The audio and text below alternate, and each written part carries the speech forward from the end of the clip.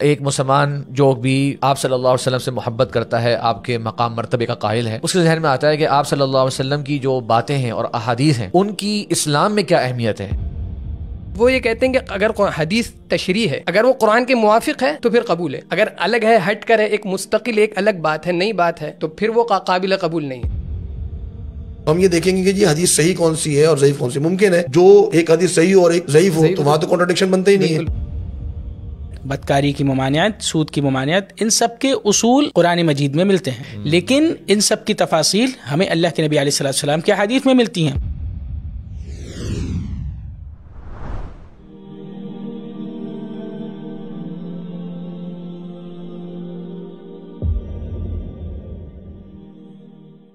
السلام علیکم ورحمۃ اللہ وبرکاتہ، بسم اللہ والحمد للہ والصلاۃ والسلام علی رسول اللہ، اما بعد۔ ناظرین کرام، پروگرام دا حدیث ٹاک کے ساتھ آپ کے سامنے ایک مرتبہ پھر حاضر ہیں۔ جیسا کہ پچھلی بار بھی ہم نے آپ صلی اللہ علیہ وسلم کی احادیث کے تعلق سے اٹھائے جانے والے بعض اعتراضات اور بعض غلط فہمیوں کا ازالہ کرنے کی کوشش کی، اور آپ کے سامنے ان احادیث کے صحیح معنی اور مفہوم بیان کیے جن کو کچھ حضرات غلط سمجھتے ہیں یا اس میں سمجھنے میں ان کو کوئی پریشانی ہوتی ہے۔ تو اسی طریقے سے آپ صلی اللہ علیہ وسلم کی احادیث، ان کی دین میں کیا اتھارٹی ہے، آپ صلی اللہ علیہ وسلم کی احادیث کو اہمیت کیا حاصل ہے، کیا مسلمان ہونے کے ناطے ہمیں آپ صلی اللہ علیہ وسلم کی احادیث کو ماننا ضروری ہے یا ہمارے لیے خالی قرآن ہی کافی ہے؟ اس تعلق سے اور آپ صلی اللہ علیہ وسلم کی جو احادیث مبارکہ ہیں ان کی دین اسلام میں کتنی اہمیت ہے، اور کیا وہ ایک اسلام کی سورس ہے کہ نہیں، وہ شریعت میں لازمی ہے ان کو اپنانا کہ نہیں، اس تعلق سے اٹھائے جانے والے بعض اعتراضات اور بعض اشکالات کے جواب کے لیے آج کا پروگرام ہم نے ترتیب دیا ہے۔ میرے ساتھ میرے مہمان کرام جو پہلے بھی دا حدیث ٹاک کی آفیشیل ٹیم ہے وہ موجود ہیں۔ میرے دائیں دائیں بیٹھے ہیں شیخ سعد اللہ خان، اور ان کے ساتھ بیٹھے ہیں شیخ داؤد محمود، اور شیخ میرے بائیں جانب شیخ عثمان صفدر۔ تو پروگرام کا آغاز کرتے ہیں۔ سب سے پہلے شیخ عثمان، میں آپ سے بات شروع کرتا ہوں کہ ایک مسلمان جو بھی آپ صلی اللہ علیہ وسلم سے محبت کرتا ہے، آپ کے مقام مرتبے کا قائل ہے، اس کے ذہن میں آتا ہے کہ آپ صلی اللہ علیہ وسلم کی جو باتیں ہیں اور احادیث ہیں ان کی اسلام میں کیا اہمیت ہے۔ ہم مسلمان ہونے کے ناطے ہمیں آپ صلی اللہ علیہ وسلم کی کیا تمام باتیں ماننی ہیں، کیا ہم اس کے پابند ہیں اللہ کی طرف سے، یا ہمارے لیے قرآن مجید وہی کافی ہے؟ تو سنت کی اور احادیث کی کیا ہمارے لیے ایک ایز اے مسلم اہمیت ہے؟ بارک اللہ فیکم۔ الحمدللہ والصلاۃ والسلام علی رسول اللہ، وبعد۔ سب سے پہلے تو یہ بات سمجھنے کی ضرورت ہے کہ حدیث کہتے کس کو ہیں۔ صحیح، حدیث جو ہے وہ نبی صلی اللہ علیہ وسلم کی جو فرامین ہیں اور آپ صلی اللہ علیہ وسلم کی جو روزمرہ کے معمولات ہیں جو دین کے تعلق سے ہیں، تو یہ ہمارے عقیدے کے مطابق، ایک مسلمان کے عقیدے کے مطابق، یہ سیکنڈ سورس ہے دین اسلام کو حاصل کرنے کا، اور یہ صرف نبی صلی اللہ علیہ وسلم کی ذات گرامی کو یہ حیثیت حاصل نہیں ہے، بلکہ آپ سے پہلے جتنے بھی انبیاء ہیں ان سب کی جو فرامین ہے اور ان کی جو زندگی ہے وہ اس کو اللہ رب العالمین نے یہی اتھارٹی دی ہے، یہی حیثیت اور یہ مقام دیا ہے۔ مثال کے طور پہ اگر آپ دیکھ لیجئے کہ موسیٰ علیہ السلام ہے، تو موسیٰ علیہ السلام جو ہے وہ فرعون کے پاس پیغام جو لے کر گئے تو وہ کیا پیغام لے کر گئے تھے؟ اور اس موقع پر قرآن مجید کے مطابق تورات جو دی گئی تھی موسیٰ علیہ السلام کو، وہ فرعون کے ہلاک ہونے کے بعد دی گئی۔ صحیح۔ تو فرعون نے پھر انکار کس چیز کا کیا؟ فرعون نے ان احادیث کا انکار کیا جو موسیٰ علیہ السلام کی تھی، اس پیغام کا انکار کیا جو موسیٰ علیہ السلام لے کر گئے تھے۔ تورات کے انکار کی وجہ سے اس کو اللہ رب العالمین نے ہلاک نہیں کیا۔ تو اس سے یہ بات سمجھ میں آتی ہے کہ کوئی بھی نبی جو اپنے زمانے میں اپنی امت میں موجود رہا ہے، اس کے باتوں کی، اس کے اعمال کی ایک حیثیت ہے۔ تو جب دیگر انبیاء کی یہ مقام اور حیثیت ہے تو امام الانبیاء کی کیا حیثیت ہو سکتی ہے؟ صلی اللہ علیہ وسلم کی۔ تو اور پھر اللہ رب العالمین نے نبی کریم صلی اللہ علیہ وسلم کو جو مقام اور جو حیثیت ہے قرآن مجید میں ذکر کی۔ ایک مسلمان کی حیثیت میں جب ہم قرآن مجید کا مطالعہ کرتے ہیں تو ہمیں معلوم ہوتا ہے کیا حیثیت عطا کی۔ پہلی حیثیت کہ ایمان لانا واجب ہے، آمنوا باللہ ورسولہ، ایمان لانا واجب ہے۔ کیا کسی اور شخصیت کا یہ مقام ہے کہ اس پر ایمان لانا واجب ہو؟ کوئی کسی کا مقام نہیں ہے، ممکن نہیں ہے۔ یعنی ایمان کی حیثیت میں اللہ رب العالمین نے جو اصل مقام دیا وہ نبی صلی اللہ علیہ وسلم کو دیا۔ دوسری جو مقام اللہ رب العالمین نے دیا قرآن مجید میں کہ وَأَنزَلْنَا إِلَيْكَ الذِّكْرَ لِتُبَيِّنَ لِلنَّاسِ، کہ قرآن مجید آپ کو دیا گیا، کیوں دیا گیا؟ تاکہ آپ لوگوں کے لیے اس کو بیان کریں۔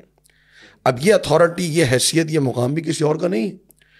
تو اس کا مطلب کیا ہوا کہ اب قرآن مجید کا جو بیان ہے، قرآن مجید کا بیان کا مطلب کیا ہے کہ وہ بریفنگ ہے قرآن مجید کی، اس کی ایک شرح ہے، صحیح انڈرسٹینڈنگ جو ہے قرآن مجید کی. تو وہ ذمہ داری کس کی لگائی اللہ رب العالمین نے؟ صاحب قرآن آپ صلی اللہ علیہ صاحب وسلم القرآن کی. تو جب ہم قرآن کو لے لیں اور اس کی جو بریفنگ اللہ رب العالمین نے کرنے کا حکم دیا نبی صلی اللہ علیہ وسلم کو وہ نہ لیں، تو یہ تو پھر آپ نے مطلب قرآن مجید کو تو صحیح طرح قبول ہی نہیں کیا. پھر ایک اور حیثیت جو اللہ رب العالمین نے دی نبی صلی اللہ علیہ وسلم کو کہ آپ کی اطاعت کو واجب قرار دیا. اطیعوا اللہ واطیعوا الرسول ولا تبطلوا اعمالکم، اللہ کی اطاعت کرو، اللہ کے رسول کی اطاعت کرو، اپنے اعمال کو ضائع مت کرو. کئی مقامات پر اللہ رب العالمین نے نبی صلی اللہ علیہ وسلم کی اطاعت کا حکم دیا. تو یہ مختصر چند باتیں جن سے ہمیں سمجھ میں آتا ہے کہ نبی صلی اللہ علیہ وسلم کے فرامین اور آپ کی جو احادیث ہیں وہ ان کی حیثیت قرآن مجید ہی کی روشنی میں ہمارے سامنے واضح ہو جاتی ہے کہ اللہ رب العالمین نے ان کو کیا مقام اور کیا حیثیت دی ہے کہ کسی مسلمان کا دین پر عمل کرنا ممکن نہیں ہے، کسی مسلمان کا ایمان مکمل نہیں ہے جب تک کہ وہ نبی صلی اللہ علیہ وسلم کے فرامین کو نہ صرف یہ کہ قبول کر لے بلکہ اس پہ عمل کرے. جیسا کہ قرآن مجید میں ایک اور مقام پر اللہ تعالیٰ نے فرمایا کہ فلا وربک لا یؤمنون حتی یحکموک فیما شجر بینہم، آپ کے رب کی قسم یہ لوگ اس وقت تک مومن نہیں ہو سکتے جب تک کہ اپنے اختلافی معاملات میں آپ کو اپنا حاکم تسلیم نہ کریں. اب یہ حیثیت یعنی ایمان نہ ہونا، آپ کو حاکم نہ تسلیم کرنے کی وجہ سے یہ حیثیت کسی اور شخصیت کو عطا نہیں. کوئی بھی امت کا عالم ہو، کوئی بڑا ہو، کوئی دانشور آ جائے، کوئی بڑی کوئی شخصیت آ جائے، تو یہ وہ مقام ہے، وہ حیثیتیں ہیں جس سے ہمیں معلوم ہوتا ہے کہ حدیث کی کیا اہمیت ہے. کیوں؟ وہی بات پہلے شروع میں کہ حدیث کیا ہے؟ نبی صلی اللہ علیہ وسلم کے فرامین اور نبی صلی اللہ علیہ وسلم کے جو روزمرہ کے معمولات جو دین کے تعلق سے ہیں. تو یہ اصل میں اس سے ہمارے سامنے یہ معلوم واضح ہوتا ہے کہ حدیث جو ہے وہ مصدر ثانی ہے، سیکنڈ سورس ہے دین اسلام کے حاصل کرنے کا. جزاک اللہ خیر. شیخ اس میں ایک بات میرے ذہن میں آ رہی تھی کہ وہ بڑا ایک لاجیکل سا پوائنٹ ہی بن سکتا ہے. اللہ تبارک و تعالیٰ کی عظمت ہم نے قرآن مجید میں جو اللہ کا کلام ہے اس کو پڑھ کے دیکھی. اب یہ بات تو دنیا کے تمام لوگ مان رہے ہیں کہ آپ صلی اللہ علیہ وسلم دنیا کے یعنی حتیٰ کہ جو مسلمان نہیں بھی ہیں وہ مانتے ہیں کہ سب سے زیادہ موسٹ انفلوئنس پرسنالٹی جو گزری ہیں تاریخ میں وہ آپ صلی اللہ علیہ وسلم گزرے ہیں. مائیکل ہارٹ کی کتاب ہے جو 100 اس نے تاریخ کے مشہور ترین حضرات کو ذکر کیا، تو اس نے تمام دنیا کے جو پیرامیٹرز ہیں اس کے مطابق کہا کہ بھائی ان سے زیادہ کامیاب اور پرتاثیر شخصیت کسی کی بھی نہیں گزری. تو فوراً سے ایک بندے کے ذہن میں آتا ہے کہ بھائی ان کامیاب ترین شخصیت کی باتیں کہاں ہیں، ان کی حکمتیں کہاں ہیں.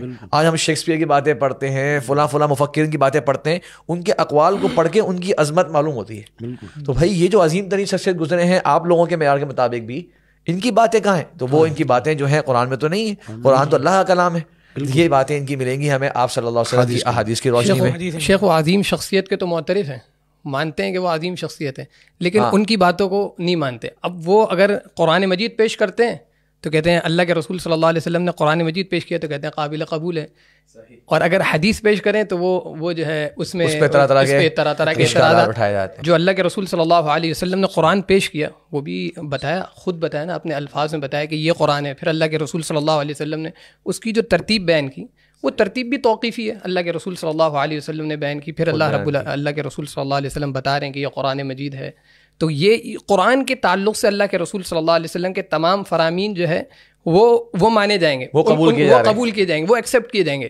جیسے ہی اللہ کے رسول صلی اللہ علیہ وسلم کی وہ بات جو قرآن سے ہٹ کر ہو، ایک مستقل ایک الگ تشریح ہو، ہاں ایک مزید وضاحت ہو، وہ مستقل بات ہے نا. اب وہ یہ کہتے ہیں کہ اگر حدیث تشریح ہے، اگر وہ قرآن کے موافق ہے تو پھر قبول ہے، اگر الگ ہے، ہٹ کر ہے، ایک مستقل ایک الگ بات ہے، نئی بات ہے، تو پھر وہ قابل قبول نہیں ہے. تو اب یہ کیسا تناقض ہے؟ حتیٰ کہ میں کہتا ہوں شیخ یہ تشریح کا وہی جو کانسیپٹ ہے یہ بھی ان کے یہاں سب کے یہاں مسلمہ نہیں ہے کہ ہر تشریح کو وہ قبول کر لیں گے. بالکل تشریح کے بارے میں بھی ہوئے بتاتے باتیں کریں گے، بولیں گے تشریح ہم تک ثابت ہی نہیں ہوئی. یہی تو کہہ رہا ہوں شیخ، وہ تشریح کو کہتے ہیں کہ ہم قرآن پہ پرکھیں گے، کسوٹی قرآن ہے. اگر یہ تشریح کی بات، اللہ کے رسول صلی اللہ علیہ وسلم کی بات قرآن پر اترتی ہے تو ٹھیک ہے، نہیں اترتی تو پھر وہ ایک مستقل ایک بات ٹھہرتی ہے، ایک الگ بات ٹھہرتی ہے. بڑی اہم بات شیخ آپ نے ذکر کی کہ قرآن کو ڈیفائن کس نے کیا ہے کہ یہ قرآن ہے؟ حدیث نے کیا. یعنی ڈیفرینشیٹ جو کیا قرآن کو حدیث، قرآن کو کہ یہ قرآن ہے، یہ اللہ کا کلام ہے، وہ کس نے کیا؟ اللہ کے رسول، وہ حدیث نے کیا. یعنی قرآن کو قرآن بیان کرنے والی حدیث ہے. جی بالکل. اگر آپ حدیث کو ہی قابل اعتبار نہیں سمجھتے پھر قرآن کیسے تو قابل قرآن کیسے قابل قبول ہو گیا؟ چلیں یہ تو شیخ ایک ہماری جسے کہتے ہیں ایک ابتدائی گفتگو بھی ہو گئی اور ایک الحمدللہ سنت کا مقام جو ہے وہ ہمیں واضح ہوا. لیکن چلے جسے کہتے ہیں ہمیں اپنے آس پاس کے لوگوں کا ساتھ ہوتا ہے اور لوگوں کے ذہن میں کچھ اشکالات بھی ہوتے ہیں اور کچھ بعض مرتبہ حضرات ملتے ہیں وہ ان کے ذہن میں کچھ ڈاؤٹس ڈال بھی دیتے ہیں تو لوگ پریشان بھی ہوتے ہیں. تو ہم کوشش کریں گے کہ آج جو اہم اور بہت مشہور جو عام سنت کے بارے میں اعتراضات لوگوں کے ذہن میں آتے ہیں اور لوگ پوچھتے بھی رہتے ہیں ان کو ذرا واضح کر دیں, اس کا صحیح معنی مفہوم کلیئر کر دیں لوگوں کے سامنے. تو ایک شیخ جو مشہور اعتراض, شیخ داؤد آپ سے شروع کرتے ہیں, اگر ایک مشہور اعتراض یہ کیا جاتا ہے کہ ایک حدیث ہے اور غالباً صحیح مسلم میں ہے کہ ابو سعید خدری رضی اللہ عنہ روایت کرتے ہیں کہ آپ صلی اللہ علیہ وسلم نے فرمایا کہ لا تکتبوا عنی, میری احادیث مت لکھا کرو, ومن کتب عنی, یعنی اور جس نے میری وہ بات لکھی جو قرآن کے علاوہ ہے وہ اسے مٹا دے. تو بھائی کہتے ہیں آپ لوگ حدیث کی اہمیت بیان کر رہے ہیں, حدیث کی حجت بیان کر رہے ہیں, جبکہ آپ صلی اللہ علیہ وسلم نے تو حدیث کو لکھنے سے ہی منع کیا تھا اور یہ آپ کی جو حدیثی کتابیں اس سے موجود ہے. تو ہم اس حدیث کو کیسے سمجھیں گے شیخ, یہ حدیث ہے یا نہیں, اس کا کیا مطلب ہے شیخ؟ جی جیسے کہ آپ نے کہا کہ یہ حدیث صحیح مسلم کی حدیث ہے کہ اللہ کے نبی علیہ الصلوۃ والسلام نے فرمایا کہ لا تکتبوا عنی, کہ مجھ سے نہ لکھو, میری احادیث نہ لکھو, اور جس نے مجھ سے قرآن کے علاوہ کچھ لکھ لیا ہے تو وہ اس کو مٹا دے. تو اگر اللہ کے نبی علیہ الصلوۃ والسلام کا یہ حکم کلی طور پر تھا تو یہ حدیث ہم تک کیسے پہنچی؟ سب سے پہلا سوال تو اس حدیث پہ یہ سوالیہ نشان ہوگا. انہوں نے یہ حدیث لکھ لی جی, اور نہیں جس کا منع کیا تھا, اس میں کوئی ڈیفرینشیٹ نہیں کیا گیا صحیح کہ آپ یہ حدیث لکھ لیں تاکہ یہ لوگوں تک پہنچ جائے اور اس کے بعد کچھ نہ لکھیے گا اور اس کے علاوہ سب مٹا دیں. تو اس کا مطلب یہ حدیث سب سے پہلے حدیث لکھے جانے پر سب سے واضح اور بڑی دلیل ہے. جہاں ہمیں یہ حدیث ملتی ہے وہاں ہمیں اللہ کے نبی علیہ الصلوۃ والسلام سے بہت ساری ایسی احادیث ملتی ہیں کہ آپ علیہ الصلوۃ والسلام نے باقاعدہ احادیث کو لکھنے کا حکم صادر فرمایا. صحیح. وہ احادیث ان میں سے مشہور حدیث کہ اللہ کے نبی علیہ الصلوۃ والسلام نے, صحیح بخاری میں ہے کہ اللہ کے نبی علیہ الصلوۃ والسلام نے فتح مکہ کے وقت ایک مشہور خطبہ ارشاد فرمایا. اس خطبے میں بہت ساری اہم باتیں تھیں. تو ایک صحابی, یمنی صحابی حضرت ابو شاہ رضی اللہ عنہ, انہوں نے کہا اللہ کے نبی مجھے خطبہ لکھوا دیجئے. تو اللہ کے نبی علیہ الصلوۃ والسلام نے صحابہ کو حکم دیا کہ ابو شاہ کو لکھ کر دو. تو یہ صریح حکم ہے, اللہ کے نبی علیہ الصلوۃ والسلام کا واضح حکم ہے کہ احادیث کو لکھا جائے, قلم بند کیا جائے. اور حضرت ابو ہریرہ رضی اللہ عنہ کہتے ہیں کہ سب سے زیادہ احادیث, مجھ سے زیادہ احادیث حضرت عبداللہ ابن عمرو بن العاص رضی اللہ عنہ کے پاس تھی, کیونکہ وہ لکھا کرتے تھے اور میں نہیں لکھا کرتا تھا. یہ بھی صحیح بخاری میں ہے. اور حضرت عبداللہ ابن عمرو بن العاص جن کے بارے میں حضرت ابو ہریرہ کی یہ شہادت ہے, وہ کہتے ہیں کہ میں اللہ کے نبی علیہ الصلوۃ والسلام کی تمام باتیں لکھا کرتا تھا اور تمام احادیث کو محفوظ کر لیا کرتا تھا. تو مجھے بعض نے یہ کہا کہ آپ کیسے اللہ کے نبی علیہ الصلوۃ والسلام کی تمام باتیں لکھ رہے ہیں, حالانکہ اللہ کے نبی علیہ الصلوۃ والسلام تو بشر ہیں, کبھی آپ خوشی میں ہوتے ہیں, رضامندی میں ہوتے ہیں, تو کبھی آپ غصے میں ہوتے ہیں. تو آپ نے کہا, حضرت عبداللہ ابن عمرو بن العاص رضی اللہ عنہ نے اللہ کے نبی علیہ الصلوۃ والسلام سے یہ مسئلہ ذکر کیا. آپ نے کہا اللہ کے نبی میں آپ کی ہر بات کو قلم بند کر لیتا ہوں, آپ کی حدیث کو محفوظ کر لیتا ہوں. تو اللہ کے نبی علیہ الصلوۃ والسلام نے فرمایا اکتب, عبداللہ لکھو, والذی نفسی بیدہ, کہ اس ذات کی قسم جس کے ہاتھ میں مجھ محمد کی جان ہے, لا یخرج منہ الا حق, آپ نے اپنی زبان کی طرف اشارہ فرمایا کہ اس زبان سے حق کے سوا کچھ نہیں نکلتا. تو اللہ کے نبی علیہ الصلوۃ والسلام کی احادیث لکھا جانا, مطلب یعنی کہنا چاہ رہے ہیں آپ شیخ کہ یہ حدیث ایک آ رہی ہے کہ نہیں لکھو, جی, اور ابھی آپ نے جو 2-3 ماشاءاللہ روایتیں بیان کری اس میں آ رہا ہے کہ لکھو. جی, تو اب ہم وہ جو منع والی حدیث ہے اس کو کیسے سمجھیں گے؟ اس حدیث کی تشریح کی طرف لوٹنا پڑے گا اس میں. جی بالکل, اس کی تشریح کے بارے میں اب جہاں ہمیں تمام احادیث صحیح اس بارے میں ملتی ہیں, دونوں احادیث صحیح ہیں, تو ہم حدیث کی تشریح کو سمجھیں گے تو اشکال انشاءاللہ حل ہو جائے گا. بہت ہی آسان بات ہے کہ اللہ کے نبی علیہ الصلوۃ والسلام نے یہ حکم قرآن اور حدیث کو ایک جگہ لکھنے سے منع کیا ہے تاکہ آپس میں مکس نہ ہو جائے, اس میں کسی قسم کی مکسنگ نہ ہو.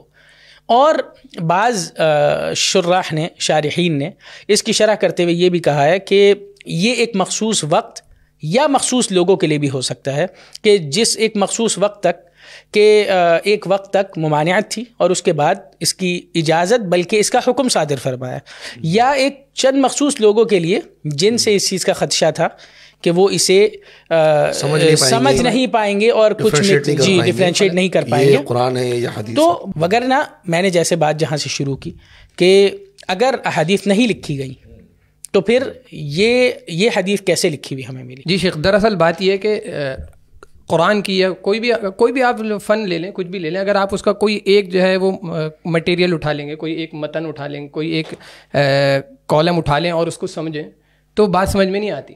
آپ کو جو ہے وہ پورے کتاب کو پورا کانٹیکسٹ دیکھنا پڑتا ہے، اس کا سیاق و سباق دیکھنا پڑتا ہے، یہ دیکھنا پڑتا ہے. اچھا میرا یہ سوال ہے کہ نہیں کی حدیثیں، منع کی جو حدیثیں کتنی ہیں؟ پورے ذخیرہ حدیث میں ایک ہے صحیح مسلم. اور کتابت کی حدیثیں کتنی ہیں؟ بے شمار حدیثیں. اور کتنے بے شمار صحابہ کو اللہ کے رسول صلی اللہ علیہ وسلم نے لکھنے کا حکم دیا، مختلف موقعوں پہ لکھنے کا حکم دیا. اور صحابہ کو جو ہے صحابہ لکھ کے لے کر بھی آیا اللہ کے رسول صلی اللہ علیہ وسلم کے پاس. تو یہ جو لوگ پک اینڈ چوز کر رہے ہیں ہاں آپ نے مطلب کی چیز لے لی، ذخیرہ حدیث میں سے منع والی حدیث کو آپ نے لے کے ہائی لائٹ کر دیا، حدیث تھی اپنے مطلب کی حدیث تھی، آپ نے اس کو لے لیا اور اس سے جو ہے آپ، اس کا مطلب یہ کہ آپ کنٹرڈکشن تلاش کر رہے ہیں، آپ جو ہے تعارض تلاش کر رہے ہیں. آپ کو ملی ہے حدیث، آپ نے جو ہے پیش کر دی کہ بھائی یہ جو ہے اس میں آپ وہ حدیث ہے جو کثرت کے ساتھ موجود ہیں، آپ ان کو دیکھتے ہیں. اس میں شیخ اگر حدیث پہ ہم الفاظ پہ غور کریں شیخ، تو مجھے اس میں ہلکا سا اشارہ ملتا ہے کہ جیسے گویا یہ ایک ہی صحیفے کے بارے میں دیکھیں آپ نے فرمایا جس نے قرآن کے علاوہ کچھ اور لکھا ہے وہ اسے مٹا دے. جی گویا صحیفے ایسے نہیں، آپ سمجھیں اس زمانے میں بڑی بڑی کاپیاں ہوا کرتی تھیں لوگوں کے پاس، ڈفرنٹ کاپیز. عام طور پہ ایک ہی کوئی سلیپ جو ہے ہوا کرتا تھا لکھنے کے لیے، یا کوئی ایک بڑی ہڈی ہوا کرتی تھی، تو وہ ایک ہی جگہ پہ لکھنے کی چیز ہے، اس کو مٹا دو بھائی، جو قرآن ہے وہ لکھے رہنے دو.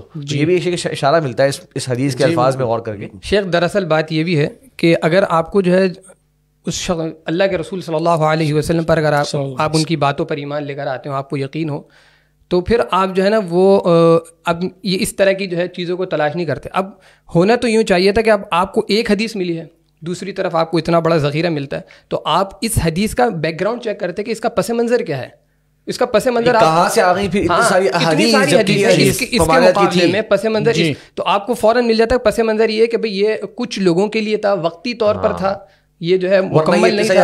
اتنی ساری حدیثیں ہوتی. اس کے بعد شیخ اسی سے متعلقہ ایک اور بات ذہن میں آئی میرے، تو مجھ سے بھی لوگ کچھ ملتے ہیں کبھی کبھار، یہ باتیں کرتے بھی ہیں، کہتے ہیں بھائی آپ حدیث کی بات تو کر رہے ہیں لیکن احادیث تو بہت بعد میں جا کے لکھی گئی ہیں، یہ تو امام بخاری نے سب سے پہلے آپ کو صحیح بخاری لکھ کے دی ہے تو آپ کے پاس حدیثیں پہنچ گئی. اگر امام بخاری نہ لکھتے یہ بات تو وہ آپ تک پہنچتی بھی نہیں حدیثیں. تو ہم تو بھائی قرآن کو مانتے ہیں کیونکہ وہ آپ صلی اللہ علیہ وسلم پر نازل ہوا اور وہ پورا کا پورا اس وقت جمع ہو گیا، یہ ان کا ایک کہنا ہے. لیکن حدیثیں جو ہیں وہ تو امام بخاری، کچھ لوگ کہتے تھے کبھی کبھار کہ 400 سال بعد آئے تھے. تو پہلے تو یہ وضاحت ہو جائے کہ بھائی امام بخاری رحمہ اللہ جو ہیں وہ دوسری صدی کے اینڈ میں پیدا ہو گئے تھے، 194 ہجری میں غالباً، اور 256 میں ان کا انتقال ہوا. لیکن میرا شیخ اگر کوئی یہ بات کہتا ہے کہ بھائی حدیثیں تو بہت بعد میں لکھی گئی ہیں، تو ہم اس کا کچھ جواب تو آپ نے ایک حصہ دے دیا کہ جیسے کہ آپ صلی اللہ علیہ وسلم نے باقاعدہ حدیثیں لکھنے کا ذکر فرمایا، اور بھی کوئی دلیل ہے کہ حدیثیں باقاعدہ ہر زمانے میں لکھی گئی ہیں اور اس کا ایک اہتمام رہا ہے؟ جی اس کے بارے میں ہمیں صحابہ کے دور سے، اللہ کے نبی علیہ الصلوۃ والسلام کے دور سے بہت سارے ٹریسز ملتے ہیں کہ جن کا ابھی ہم نے پیچھے ذکر کیا پچھلی باتوں میں. حضرت عبداللہ ابن عمرو بن العاص رضی اللہ عنہ، ان کا مشہور صحیفہ صحیفہ صادقہ کے نام سے، وہ صحیفہ انہوں نے ان کا لکھا ہوا صحیفہ ایک کاپی کہنا جی، صحیفہ مطلب ایک کاپی جی رجسٹر جس میں احادیث انہوں نے جمع کر کے ایک جگہ لکھی تھی پہلی بار. اور صادقہ شیخ کیا مطلب؟ صادقہ سچا، صادقہ کا معنی سچا. غالباً ان سے شیخ ایک روایت ملتی ہے جس میں انہوں نے کہا کہ یہ میں نے اور آپ صلی اللہ علیہ وسلم سے بغیر کسی مطلب کسی کے واسطے کے سنا، میں ڈائریکٹ خود سنا آپ صلی اللہ علیہ وسلم سے اور نوٹ کر لی بات، تو اس کو ایک سچا ہونا چاہیے. اور صرف حضرت عبداللہ ابن عمرو بن العاص رضی اللہ عنہ اس میں اکیلے نہیں ہیں. اسی طریقے سے خلیفہ راشد حضرت علی بن ابی طالب رضی اللہ عنہ، آپ سے بھی یہ منقول ہے کہ آپ سے جب آپ کے ایک ساتھی ابو جحیفہ نے یہ سوال کیا کہ اللہ کے نبی علیہ الصلوۃ والسلام نے کیا آپ کو اہل بیت کو کوئی خاص چیزیں، کوئی خاص وصیت فرمائی ہے، تو آپ نے فرمایا نہیں، ہمارے پاس سوائے کتاب اللہ کے اور جو کچھ اس صحیفے میں ہے اس کے کچھ نہیں. کہا اس صحیفے میں جو اونٹوں کے دانت ذکر کیے گئے ہیں، جن اونٹوں کو دیت میں جو قتل کی ان کی عمر ذکر کی گئی ہے کہ دیت میں کون سے اونٹ دیے جائیں گے اور کس طریقے سے کسی قیدی کو چھڑایا جائے گا، تو اور یہ سب باتیں جو کہ قرآن مجید میں نہیں ہیں، اور انہوں نے دونوں باتیں ذکر کی کہ ہمارے پاس کتاب اللہ بھی ہے اور اللہ کے نبی علیہ الصلوۃ والسلام کے فرامین بھی ہیں. یہ ایک خاص تعلق سے ان کے پاس مخصوص کیپیسٹی میں جو بھی اس کے اندر حدیث نہ صرف یہ کہ صحابہ کے دور میں لکھی گئی بلکہ جو آپ سے قریبی صحابہ کے نام تھے وہ بھی لکھی، حضرت علی بن ابی طالب رضی اللہ عنہ. جی اور جیسے کہ ہم نے ابھی ذکر کیا کہ اللہ کے نبی علیہ الصلاۃ والسلام نے لکھنے کا حکم دیا، تو ہمیں یہ بات پتہ چلتی ہے کہ آپ علیہ الصلاۃ والسلام کے مستقل بعض ساتھی تھے جو لکھنے پر مأمور تھے، جن کی ڈیوٹی ہی لکھنا تھی، جن میں قابل ذکر خلیفہ راشد، سب سے پہلے خلیفہ حضرت ابوبکر صدیق رضی اللہ عنہ، اور جیسے کہ ہم نے ذکر کیا حضرت علی بن ابی طالب، حضرت ابی بن کعب اور حضرت ابو ایوب الانصاری، اور اس طرح دیگر صحابہ جن کی ڈیوٹی لکھنا تھی، اور اللہ کے نبی علیہ الصلاۃ والسلام نے ان سے سرداروں کو اور دوسرے لوگوں کو ان سے خطوط اور خط و کتابت فرمائی، اور یہی خط بعد میں جا کر شریعت کا حصہ بنے. یہی خط اللہ کے نبی علیہ السلام کی وہ حدیث ہیں. جیسے وہ مشہور خط آتا ہے شیخ جو ہرقل کے لیے آپ نے لکھا تھا آپ صلی اللہ علیہ وسلم نے، جو روم کا جو ہے اس کا بادشاہ تھا، اس کو آپ نے خط لکھا، اسلام کی دعوت دی، اور یہ میرے خیال ہے ہر عام مسلمان بھی یہ بات سمجھتا ہے، اس کے ذہن میں آتا ہے کہ آپ صلی اللہ علیہ وسلم مبلغ اسلام تھے، تو آپ یقیناً اپنا پیغام جو ہے بھجوایا کرتے تھے اس وقت کے تمام بادشاہوں کو. اور کوئی بھی سوال ذہن میں آئے گا بھائی کیسے پیغام بھجواتے؟ آپ صلی اللہ علیہ وسلم خود تو گئے نہیں، نہ پرشیا کے وہاں پہ سلطنت کے پاس گئے، نہ رومیو کے پاس گئے، تو کیسے بھجوایا؟ آپ نے لکھ کر ہی بھجوایا. تو لکھی گئی بات آپ کی جو تھی وہ ایک اتھارٹی تھی، اور وہ جو بادشاہ جس کے پاس وہ پیش کی گئی، جب اس نے اس کو مانا تو کامیاب ہو گئے، جیسے کہ نجاشی نے پیغام مان لیا، اور جنہوں نے نہیں مانا ان کی سلطنتیں زوال ہو گئیں اور وہ پھر کافر کہلائے اس وجہ سے. جی پھر شیخ آپ جیسے ذکر کر رہے تھے کہ جب اللہ کے رسول صلی اللہ علیہ وسلم اتنی قابل اہمیت شخصیت تھے صحابہ کے درمیان، تو یہ تو انڈرسٹوڈ بات ہے نا کہ صحابہ کرام رضوان اللہ علیہ اجمعین جب اللہ کے رسول صلی اللہ علیہ وسلم قرآن لکھوا رہے ہیں اور صحابہ کرام قرآن لکھ رہے ہیں، تو اللہ کے رسول صلی اللہ علیہ وسلم کی تشریح نہیں لکھیں گے. وہ تو خود ہی جو ہے یہ بات جو ہے ایک جو سمجھدار انسان ہے، ایک جس کو اللہ رب العالمین نے عقل دی ہے، وہ ظاہری بات ہے اس کو سمجھ میں آ رہا ہے اتنی اہم باتیں ہیں جو قرآن کے تعلق سے ہیں، قرآن کی تشریح کے تعلق سے، وہ نہیں لکھے گا. ظاہری بات ہے کہ وہ لکھے گا. اور پھر اللہ کے رسول صلی اللہ علیہ وسلم نے کئی موقعوں پہ خود بھی لکھنے کا جو ہے حکم دیا، کئی صحابہ کو جیسے کہ شیخ نے ذکر کیا مختلف موقعوں پہ صحابہ کرام لکھتے رہے. تابعین کا دور بھی جیسے کہ آپ دیکھیں حمام ابن منبہ مشہور تابعی ہیں کہ آپ کا صحیفہ باقاعدہ لکھا ہوا ملا ہے، جو انہوں نے خاص ابو ہریرہ رضی اللہ عنہ سے سنی تھی احادیث. جی بالکل. اور صحیفہ آج تک ہمارے پاس موجود ہے، جی پورا پرنٹڈ موجود ہے، اور جب اس کو دیکھا جائے صحیفہ حمام کو، جی اس پہ جناب ابو ہریرہ کی جو روایات ہیں ان میں سے کئی روایات صحیح بخاری کے اندر موجود ہیں، جس سے معلوم ہوتا ہے کہ یہ وہی روایات تھیں جو چلی آ رہی تھیں. امام بخاری رحمہ اللہ نے اس سے پر وہ روایت لی ہے. بلکہ میرے خیال سے مسند احمد میں یہ پورا صحیفہ موجود ہے، صحیفہ 200 کے قریب حدیثیں ہیں.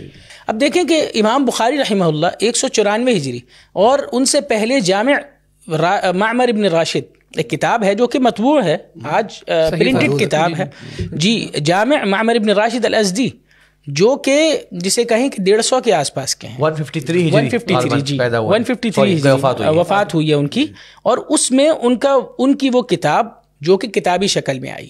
پھر یہ جو شبہ یا جو اشکال ہے، جی یہ جو اشکال تدوین کی جو کتب ہیں ان میں جو ہے وہ صحابہ کے صحائف اور تابعین کے صحائف موجود ہیں. تابعین کے صحیفے ہیں، اور اس کے بعد تابعین کے صحیفہ سعید بن جبیر ہے، اور صحیفہ زید بن ابی انیسہ ہے، اور بہت سے صحائف ہیں. یہی جو ہے بنیاد بنے، یہی بنیاد بنے. اچھا، اور پھر انہی پر جو ہے وہ یہ جو شیخ کتابیں ذکر کر رہے ہیں، یہی انہی صحائف یہ بنیاد بنی ہے، یہ گٹھلی کی حیثیت رکھتی ہیں، بنیاد کی حیثیت رکھتی ہیں. انہی پر جو ہے تمام کتابیں جو ہے کتابوں کا دار و مدار. اچھا، یہ ڈاؤٹ آیا کہاں سے؟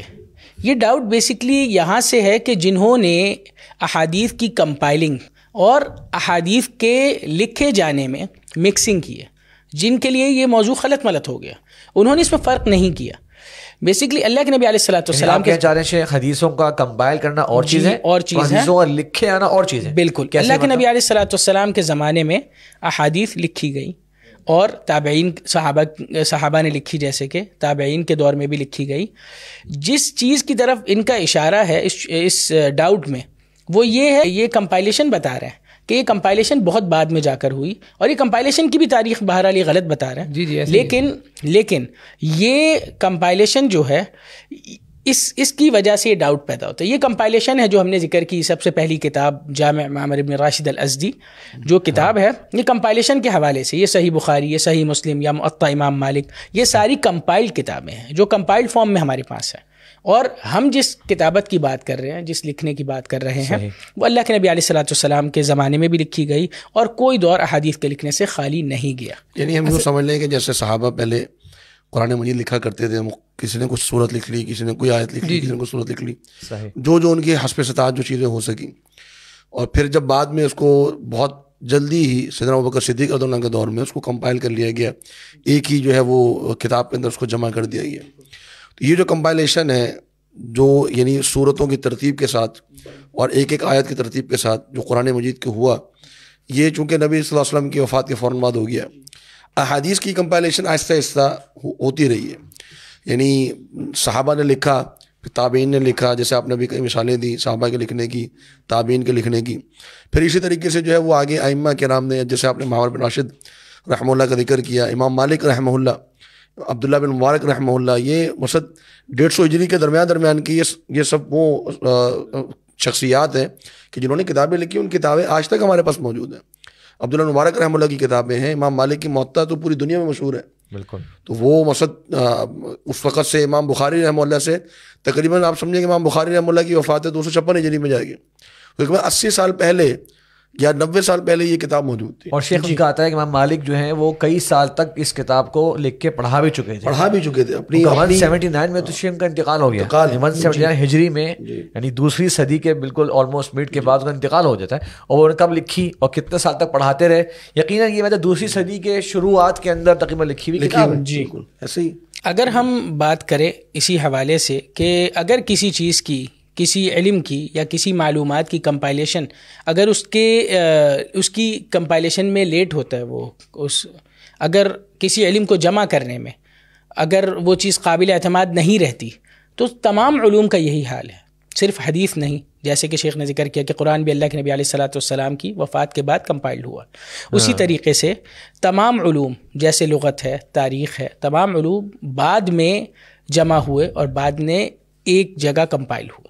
اصل میں شیخ یہ جو اس طریقے کے جو ڈاؤٹس جو لوگوں کے ذہنوں میں پیدا کیے جاتے ہیں, وہ چونکہ لوگوں کا علم نہیں ہوتا اتنا, تو وہ اس لیے ان کے لیے آسان ہوتا ہے. اب وہ ان کا اشکال کیا ہے, کہتے ہیں دیکھیں صحیح بخاری کب آئی کتاب, اب وہ کتابی حدیث کتابی شکل میں تو موجود نہیں تھی نا, اب کتابی شکل میں تو بہت بعد میں آئی. اب لوگوں کو کیا پتہ, لوگوں کو تو صحیح بخاری کا ہی پتہ ہے, تو اس لیے اب وہ یہ کہ ان کے لوگوں کی نالج کی جو کمی ہے اس کا وہ فائدہ اٹھاتے اس کا فائدہ. اور اگر اس میں سے یہ بھی بات 2-3 باتیں مزید اگر اس میں ہم کر لیں ضرور, کہ جیسے مثال کے طور پہ کہ جی آپ کا جو یہ ڈاؤٹ ہے سوال اس سے کہ جی آپ کا اسٹینڈرڈ یہ ہے کہ جی جو چیز لکھی ہوئی ہو وہی قابل اعتبار ہے, اور چونکہ حدیث اس وقت لکھی ہوئی نہیں تھی اور آپ کے بقول جو ہے وہ تقریباً امام بخاری رحمہ اللہ نے آ کے لکھی, لیکن جیسا کہ ہم نے ابھی بڑی ڈیٹیل میں یہ بات کر لی ہے کہ جی امام بخاری سے 100 سال قبل حدیثیں لکھی جا چکی تھی, صحابہ لکھتے تھے, 200 سال قبل حدیثیں لکھی گئی تھی. لیکن ایسا ایسا جیسے مراحل ہوتے ہیں ہر چیز کے, مطلب سائنس بھی آج جو ہمارے پاس جو موجود ہے, بایولوجی, کیمسٹری, اور اس کی مختلف برانچز بنتی چلی جا رہی ہے سائنس کی, تو سائنس پہلے دن سے تو اس مرحلے پہ نہیں تھی. تو آپ کہیں کہ جی چونکہ اب لکھی جا رہی ہے تو لہٰذا پہلے کی جو باتیں ہم تک پہنچی ہیں وہ اتھینٹک نہیں ہیں, یا وہ مطلب اس کو ہم اتھارٹی نہیں مانیں گے. تو حدیثیں بھی ایسے ایسے لکھی گئیں. اور پھر ہم پہلی بات کی طرف آتے ہیں کہ جی جو کسی چیز کا ریٹن موڈ میں لکھا ہونا, کیا جب وہ ریٹن موڈ میں ہوگی جب بھی قابل اعتبار ہے, ورنہ قابل اعتبار نہیں ہے, تو یہ بات غلط ہے, یہ اسٹینڈرڈ ہی نہیں ہے. اس کو اسٹینڈرڈ کو اگر آپ سمجھنا چاہیں تو اس طریقے سے سمجھ سکتے ہیں. میں اس کے شکل آپ کو آج کے دور کی مثال دیتا ہوں جی, کہ جی ہمارا جو ہماری لبرلز کا ایک بڑا چیمپئن ملک ہے ہمارا جو برطانیہ UK, تو بہت کم لوگوں کو یہ بات معلوم ہوگی کہ جو برٹش جو کانسٹیٹیوشن ہے ان کا, جو ان کا آئین ہے برطانیہ کا, وہ آج تک ریٹن موڈ میں نہیں لکھا ہوا. اور وہ مطلب ہمارے یہاں فالو کیا جاتا ہے پاکستان کے اندر برٹش لا کو, لیکن جو برٹن کا جو کانسٹیٹیوشن ہے, جو آئین ہے, ان کا آج تک ریٹن موڈ میں نہیں ہے. آپ برٹن لائبریری کی ویب سائٹ پہ چلے جائیں, وہاں پر آپ کو معلومات انفارمیشن ملیں گی. ویکیپیڈیا پہ چلے جائیں, آپ کو انفارمیشن ملیں گی. ایون کہ جو UK کی پارلیمنٹ کی ویب سائٹ ہے, parliament.uk, آپ اس پہ چلے جائیں, اس پہ آپ کو یہ بات بتائی جائے گی کہ یہ برٹش کا جو کانسٹیٹیوشن ہے وہ آج تک ریٹن موڈ میں نہیں ہے. وہ چند جو ہے وہ باتیں کچھ ججز کی اس میں آ گئی ہیں, ان کے جملوں میں آ گئی ہیں, ان کے فیصلوں میں آ گئی ہیں. چند باتیں جو ہیں وہ کسی پہلے سے چلی آ رہی ہیں, کوئی ججمنٹس ہیں اس کے اندر چلی آ رہی ہیں, کچھ چند رولز اس طرح کے آگے پیچھے لکھے ہوئے ہیں. تو اگر آپ یہ بات کرتے ہیں کہ جی ریٹن موڈ میں نہ ہو تو قابل اعتبار ہی نہیں ہے, تو پھر برٹش کا آپ کیا کریں گے. کہ دوسری بات یہ کہ دیکھیں جو ریٹن موڈ میں لکھنا جو ہے کیا یہ قابل اعتبار ہے. مثال کے طور پہ اس کی قرآن مجید صاحب مثال لے لیں کہ اللہ رب العالمین نے تورات نازل فرمائی, کس صورت میں نازل فرمائی؟ الواح کی صورت میں. یعنی اللہ تعالیٰ نے خود الواح لکھوا کر موسیٰ علیہ السلام کے حوالے کی. الواح سے مراد شیخ یہ جو پلیٹس ہوتی ہیں جو لکھی ہوئی, مطلب تختیاں جو ہوتی ہیں, لکھا ہوا موجود تھا وہ لکھی ہوئی. کیا آج جو اولڈ ٹیسٹمنی جس کو ہم کہتے ہیں تورات کو, کیا وہ اسی طریقے سے موجود ہے جس طریقے سے موسیٰ علیہ السلام کو ملی تھی؟ یقیناً تحریف ہو چکی آپ ہے. اس کو اتھینٹک مانتے ہیں؟ آپ نہیں مانتے. کیوں؟ کیونکہ اس کے اندر ٹیمپرنگ ہو چکی ہے, بہت ساری چیزیں اس میں تبدیل کر دی گئی ہیں. تو اس کا مطلب یہ ہے کہ ریٹن موڈ میں ایک چیز کا ہونا یہ قابل اعتبار نہیں ہے. اگر قابل اعتبار ہوتا تو پھر آپ آج اولڈ ٹیسٹمنی کو مانتے, تورات کو آپ کو قبول کرنا پڑتا. تو لہٰذا یہ جو ڈاؤٹ ہے یہ سرے سے ہی یعنی اس کی کوئی حیثیت نہیں ہے. ہم بھلے اس چیز کو ذکر کر رہے ہیں کہ احادیث جو ہیں وہ نبی صلی اللہ علیہ وسلم کے دور سے لکھی گئیں اور آج تک لکھی جا رہی ہیں, لیکن فرض کر لیں اگر آج تک بھی حدیثیں نہ لکھی جاتی, اس کے باوجود بھی محدثین کرام نے احادیث کو ایکسیپٹ کرنے کے لیے, اس کی اوتھینٹسٹی کے لیے, جو ہم آگے چل کے بات کریں گے بالکل اس پہ بھی آئیں کہ گے, جو انہوں نے شرائط اس کے ذکر کی ہیں, جو کنڈیشنز انہوں نے لگائی ہیں, وہ کنڈیشن اتنی پاورفل ہے کہ وہ آپ کو کسی چیز کے لکھے ہوئے اس کے اندر ہونے کی ضرورت نہیں ہے. میں صرف شیخ کی بات کو کمپلیٹ کرنا چاہتا ہوں کہ کسی بھی چیز کا دار و مدار اس کے صرف لکھنے پر نہیں ہوتا, بلکہ کسی بھی چیز کے حفاظت کے اور ذرائع بھی ہیں, جن میں ایک یاد کرنا, حفظ کرنا, اور عرب کی ایک مسلم خصوصیت کسی چیز کو یاد کرنا. ان کے حافظے بہت اچھے تھے, اور اس میں آپ مثال لے سکتے ہیں ہماری قریب دور کی کہ ہمیں جب تک یہ موبائلز ہمارے درمیان, یہ ڈیوائسز نہیں تھی, ہمیں دوستوں کے اور رشتہ داروں کے نمبرز یاد ہوا کرتے تھے, اور آج ہمارے پاس یہ ڈیوائسز آنے کے بعد ہمارا حافظہ کہاں جب تک پی ٹی سیل موجود تھا لوگوں کو یاد ہوتے. جی میں اپنی بات مکمل اس چیز سے کروں گا کہ اللہ کے نبی علیہ الصلاۃ والسلام کے بارے میں قرآن ہمیں کہتا ہے کہ یا ایھا الذین آمنوا اطیعوا اللہ واطیعوا الرسول, یا ایمان والو اللہ کی اطاعت کرو اور رسول کی اطاعت کرو. پھر اللہ تعالیٰ فرماتا ہے من یطع الرسول فقد اطاع اللہ, جس نے رسول کی اطاعت کی اس نے اللہ کی اطاعت کی. اب قرآن کے یہ واضح احکامات, قرآن ہمیں حکم یہ دے رہا ہے, اور اگر اللہ کے یہ کیسے ہو سکتا ہے, یہ کیسے ممکن ہے کہ اللہ کے نبی علیہ الصلاۃ والسلام کی سنت جس کی طرف اللہ تعالیٰ نے ہمیں ریفر کیا ہے کہ ہم اس پر عمل کریں, کیسے ہو سکتا ہے کہ وہ اتنا لیٹ کمپائلڈ ہو اور اتنی لیٹ ہو وہ, یا کسی دیر ہونے کی وجہ سے, کسی کی جو بھی وجوہات جو ہم ذکر کر رہے ہیں کسی وجہ سے وہ قابل عمل نہ رہے؟ کیا یہ ممکن ہے؟ قرآن کی آیات تمام کی تمام بے معنی زندگی پر عمل کس طرح سے ہمارے یہاں جو ہے وہ قرآن کی تمام آیات. اچھا آپ کی بس جزاک اللہ پوائنٹ کو بس اینڈ کرنے کے لیے 2-3 میں تاریخیں تاکہ لوگوں کے جسے کہتے ہیں نا ایک ریکارڈ میں آ جائیں. تو جیسے کہ شیخ ذکر ہوا جامع معمر بن راشد کا یہ مطبوع شدہ کتاب ہے, 151 ہجری میں ان کا 153 ہجری میں ان کا انتقال ہوتا ہے. تفسیر ہے ایک اور وہ بھی پبلش ہو چکی ہے, عبد الملک بن عبدالعزیز بن جریج, یہ مشہور راوی ہے حدیث کے, ان کی تفسیر کا ایک جو ہے حصہ تفسیر مطبوع ہوا ہے, اور یہ 150 ہجری کو ان کا انتقال ہوا. اور محترم مالک کے شیخ سے آپ نے ذکر کیا 179 ہجری کو ان کا انتقال ہوتا ہے. عبداللہ مبارک رحمہ اللہ کا 181 ہجری کو انتقال ہوتا ہے. امام ابو یوسف القاضی بڑے مشہور اور فقہاء میں سے گزرے, ان کی کتاب ہے کتاب الآثار. امام محمد حسن شیبانی, وہ بھی کتاب الآثار کتاب ہے. ابو یوسف قاضی کا انتقال ہوتا ہے 182 ہجری میں, محمد شیبانی 189 ہجری میں, اور بہت بڑی کتاب ہے مسند ابی داود الطیالسی ہمارے پاس موجود ہے 204 ہجری میں. مصنف عبدالرزاق ہے 211 ہجری میں. مصنف ابن ابی شیبہ ہے 30-35 جلدوں کے اندر 235 ہجری میں. تو دیکھیں یہ سب کے سب جو میں نام لے رہا ہوں کے سامنے اور یہ ایجز بیان کر رہا ہوں, یہ باقاعدہ حدیث کی پرنٹڈ کتابیں ہیں, آپ سرچ کر سکتے ہیں, آپ ڈھونڈ سکتے ہیں, PDF بھی موجود ہیں اس کے, اور یہ سب کے سب صحیح بخاری سے پہلے لکھی گئی ہیں. بالکل. تو آپ اپنی جسے کہتے ہیں نا ذہن ٹھیک کر لیں کہ آپ کو لگ رہا ہے کہ بخاری سب سے پہلے, سب سے بڑا جو انسائکلوپیڈیا حدیث کا جس کو ہم کہتے ہیں مسند احمد جو ہے, بالکل, جو ان کا انتقال بھی امام بخاری سے پہلے ہوا 241 میں.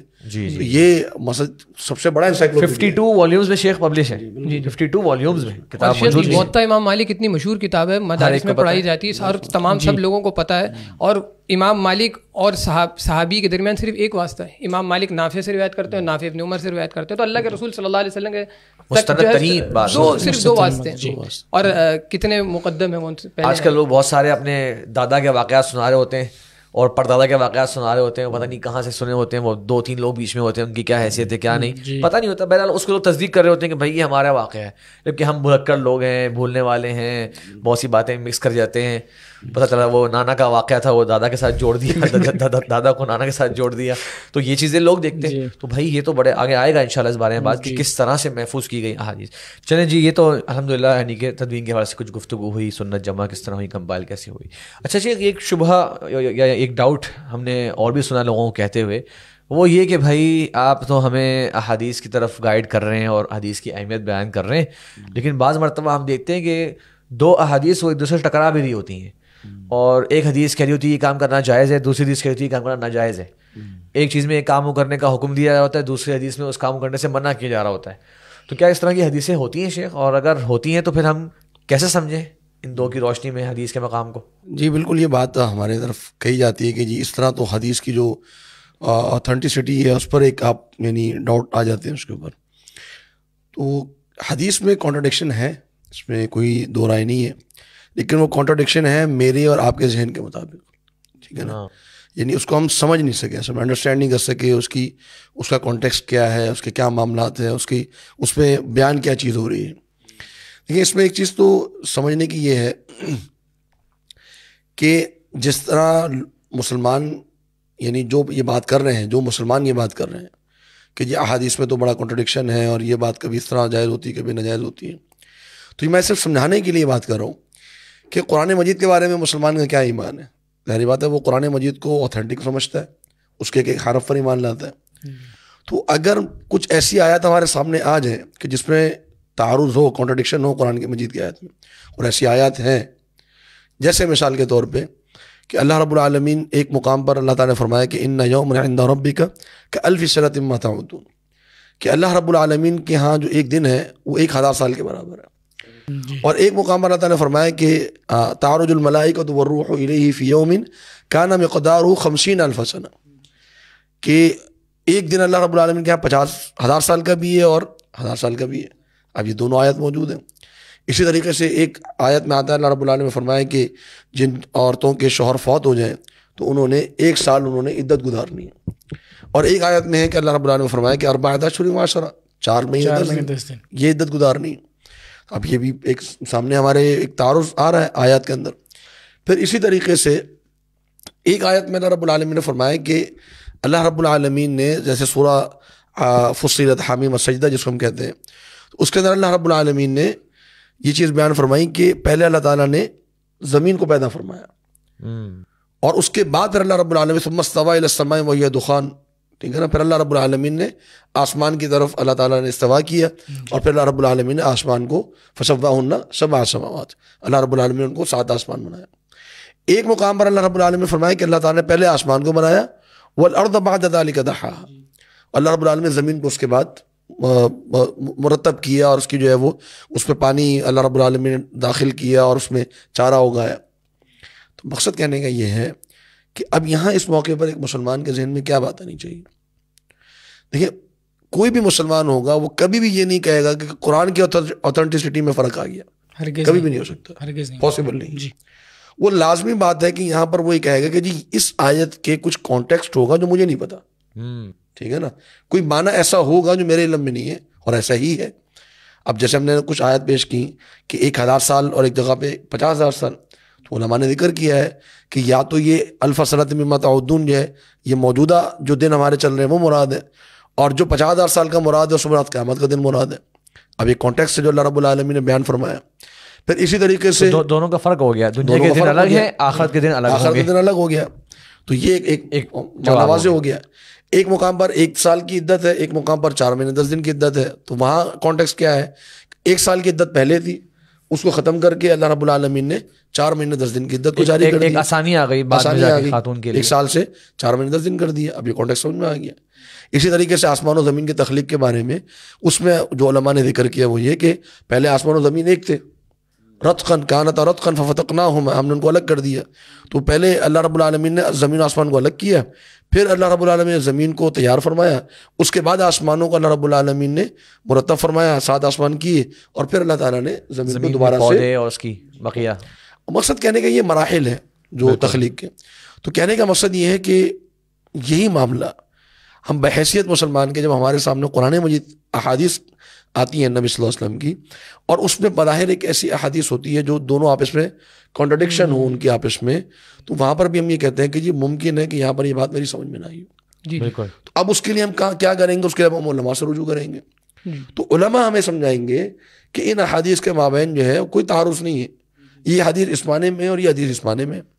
تو لہذا یہ بات بحیثیت مسلمان کے ہمارے ذہن میں ہونی چاہیے کہ احادیث کے درمیان کوئی کنٹراڈکشن نہیں ہے، بلکہ بظاہر ہمیں محسوس ہونے میں، ہماری انڈرسٹینڈنگ میں ایک چیز نہیں آ رہی جس کی وجہ سے ہم اس کو کنٹراڈکشن سمجھ رہے ہیں، تعارف سمجھ رہے ہیں، لیکن وہ ہے نہیں۔ اچھا شیخ، آپ کی یہ جو گفتگو ہے اس میں اگر ہم کوئی پریکٹیکل مثال لے لیں، باقاعدہ کوئی 2 حدیثیں جس کے بارے میں کہا جاتا ہے کہ بھائی دیکھو یہ دونوں ٹکرا رہی ہیں، اور پھر ہم اس کا صحیح جواب یا صحیح تشریح بیان کریں جو علماء نے بیان کی، ایسی کوئی مثال شیخ آپ ذکر کریں؟ مثالیں ہیں اس کی، کچھ ایگزامپلس اس کی ملتی ہیں حدیث سے، کچھ تو خیر زبردستی بنا لی جاتی ہیں، وہ تو ایک خواہ مخواہ کے اعتراضات ہوتے ہیں، چیپٹر ہے وہ تو، ہاں وہ ایک الگ چیپٹر ہے، لیکن باقاعدہ جو جن کو علماء نے ذکر کیا ہے وہ یہ ہے کہ جیسے مثال کے طور پہ ایک حدیث ہے کہ نبی صلی اللہ علیہ وسلم کو فرمان ہے کہ لا عدوى ولا طیارہ ولا حامہ ولا سفر، اس میں یہ کہ بیماری جو ہے وہ متعدی نہیں ہوتی، یعنی خود بخود نہیں لگتی، یہ نبی صلی اللہ علیہ وسلم نے یہ عقیدہ دیا ہے علیہ السلام کو، مسلمانوں کو۔ ایک حدیث میں آتا ہے کہ فر من المجذوم فرارک من الاسد، کہ تم کوڑ کی بیماری سے، جو بیمار آدمی ہے اس سے اس طرح تم راہ فرار اختیار کرو کہ جس طرح تم شیر کو دیکھ کے بھاگتے ہو۔ بلکہ ایک روایت میں آتا ہے کہ نبی صلی اللہ علیہ وسلم کے پاس ایک شخص بیعت کے لیے آیا، اور وہ اس کا بیمار، اس کا تھا مجذوم تھا، وہ کوڑ کی بیماری تھی، اس کو لیپریسی اس کو بولتے ہیں۔ جی جی۔ تو وہ نبی صلی اللہ علیہ وسلم نے اس کو بیعت فرمائی اس سے، لیکن ہاتھ نہیں ملایا اس کے ساتھ۔ تو یہ اس سے اب یہ ایک بظاہر تعارض آ گیا کہ جی ایک طرف تو آپ کہہ رہے ہیں کہ بیماری خود بخود منتقل نہیں ہوتی، اور دوسری طرف ہم احتیاط میں لے رہے ہیں۔ تو اس میں علماء نے یہ ذکر کیا ہے کہ نبی صلی اللہ علیہ وسلم نے ایک تو جو جاہلیت کا تصور تھا کہ یہ بیماری خود بخود منتقل ہوتی ہے بغیر کسی سبب کے، تو بیماری کو خود جو ہے وہ ایک سمجھیں کہ اس کے بارے میں یہ عقیدہ رکھ لیا گیا کہ بیماری خود ایک حیثیت رکھتی ہے کہ جس سے تعوذ لیا جائے، جس سے بچا جائے، اور بیماری کی اپنی منتقل ہونے کی صلاحیت ہوتی ہے، اس کی ایک ہیبت ہو۔ تو بیماری کو سمجھیں ایک جیسے دیوتا بنا لیا گیا، تو وہ نبی صلی اللہ علیہ وسلم نے منع فرما دیا کہ نہیں، ایسی کوئی بات نہیں ہے، ہاں بیماری منتقل ہوتی ہے سبب کے ساتھ، اور سبب جو ہے وہ کون ہے؟ وہ اللہ رب العالمین ہے۔ جیسے کہ ایک اور حدیث میں وضاحت ہوتی ہے کہ ایک صحابی نبی صلی اللہ علیہ وسلم کے پاس جو ہے وہ آئے، اور اس نے کہا کہ جی میرے اونٹوں کو جو ہے بیماری لگ گئی ہے، تو نبی صلی اللہ علیہ وسلم نے فرمایا کہ فمن اجرب الاول، جو پہلے اونٹ کو جو بیماری لگی تھی، جو خارش لگی تھی، وہ کس نے لگائی تھی؟ وہ اللہ نے لگائی تھی۔ تو جب باقی اونٹوں کو جو خارش لگی ہے، جو بیماری لگی ہے، وہ بھی اللہ نے لگائی ہے۔ تو بیماری ایک جگہ سے دوسری جگہ منتقل ہوتی ہے، خود سے اس میں صلاحیت نہیں ہے، لیکن اللہ رب العالمین نے کچھ بیماریوں کے اندر، اللہ رب العالمین نے اس کے اندر یہ سبب رکھا ہے کہ بیماری ایک شخص سے دوسرے، اللہ تعالیٰ اگر چاہے تو منتقل ہو سکتی ہے، کسی موقع پر نہیں بھی ہو۔ جیسے حافظ ابن حجر رحمہ اللہ نے ایک بڑی اچھی بات انہوں نے ذکر کی، انہوں نے کہا کہ بیماری لگنے کے کچھ اسباب ہوتے ہیں، جیسے مثال کے طور پہ کہ یہ سردی کا موسم ہے، اور اگر آپ کوئی جیکٹ وغیرہ نہ پہنے اور آپ کوئی ٹھنڈی چیز کھا لیں تو کیا ہوگا؟ بیماری لگ جائے گی، یہ بخار ہو جائے گا، انسان کو گلا خراب ہو جائے گا۔ تو اب ہم یہ کہیں کہ یہ سبب ہے اس کا، بالکل سبب ہے، وہ سبب کس نے بنایا ہے؟ وہ اللہ رب العالمین نے بنایا۔ تو اسی طریقے سے ایک بیماری دوسری بیماری منتقل ہوتی ہے، اس کا سبب کس نے بنایا؟ اللہ رب العالمین نے بنایا۔ کبھی انسان وہ سبب اختیار کرتا ہے، بیمار نہیں ہوتا، نہیں بھی ہوتا، اور کبھی سبب اختیار کرتا ہے تو بیمار ہو بھی جاتا ہے۔ جیسے ابھی ہم نے جب یہ کووڈ کے جو ایام آئے تھے، تو ان دنوں میں جو ہمارا لاک ڈاؤن لگا تھا، تو شریعت اس کی بالکل اس کی حمایت کرتی ہے کہ جی آپ اس چیز کو آپ خیال کریں، آپ ماسک پہنیں، آپ جو ہے وہ ڈسٹینس آپ برقرار رکھیں، تاکہ اس کے اندر جو ہے وہ آپ کو بیماری نہ لگے۔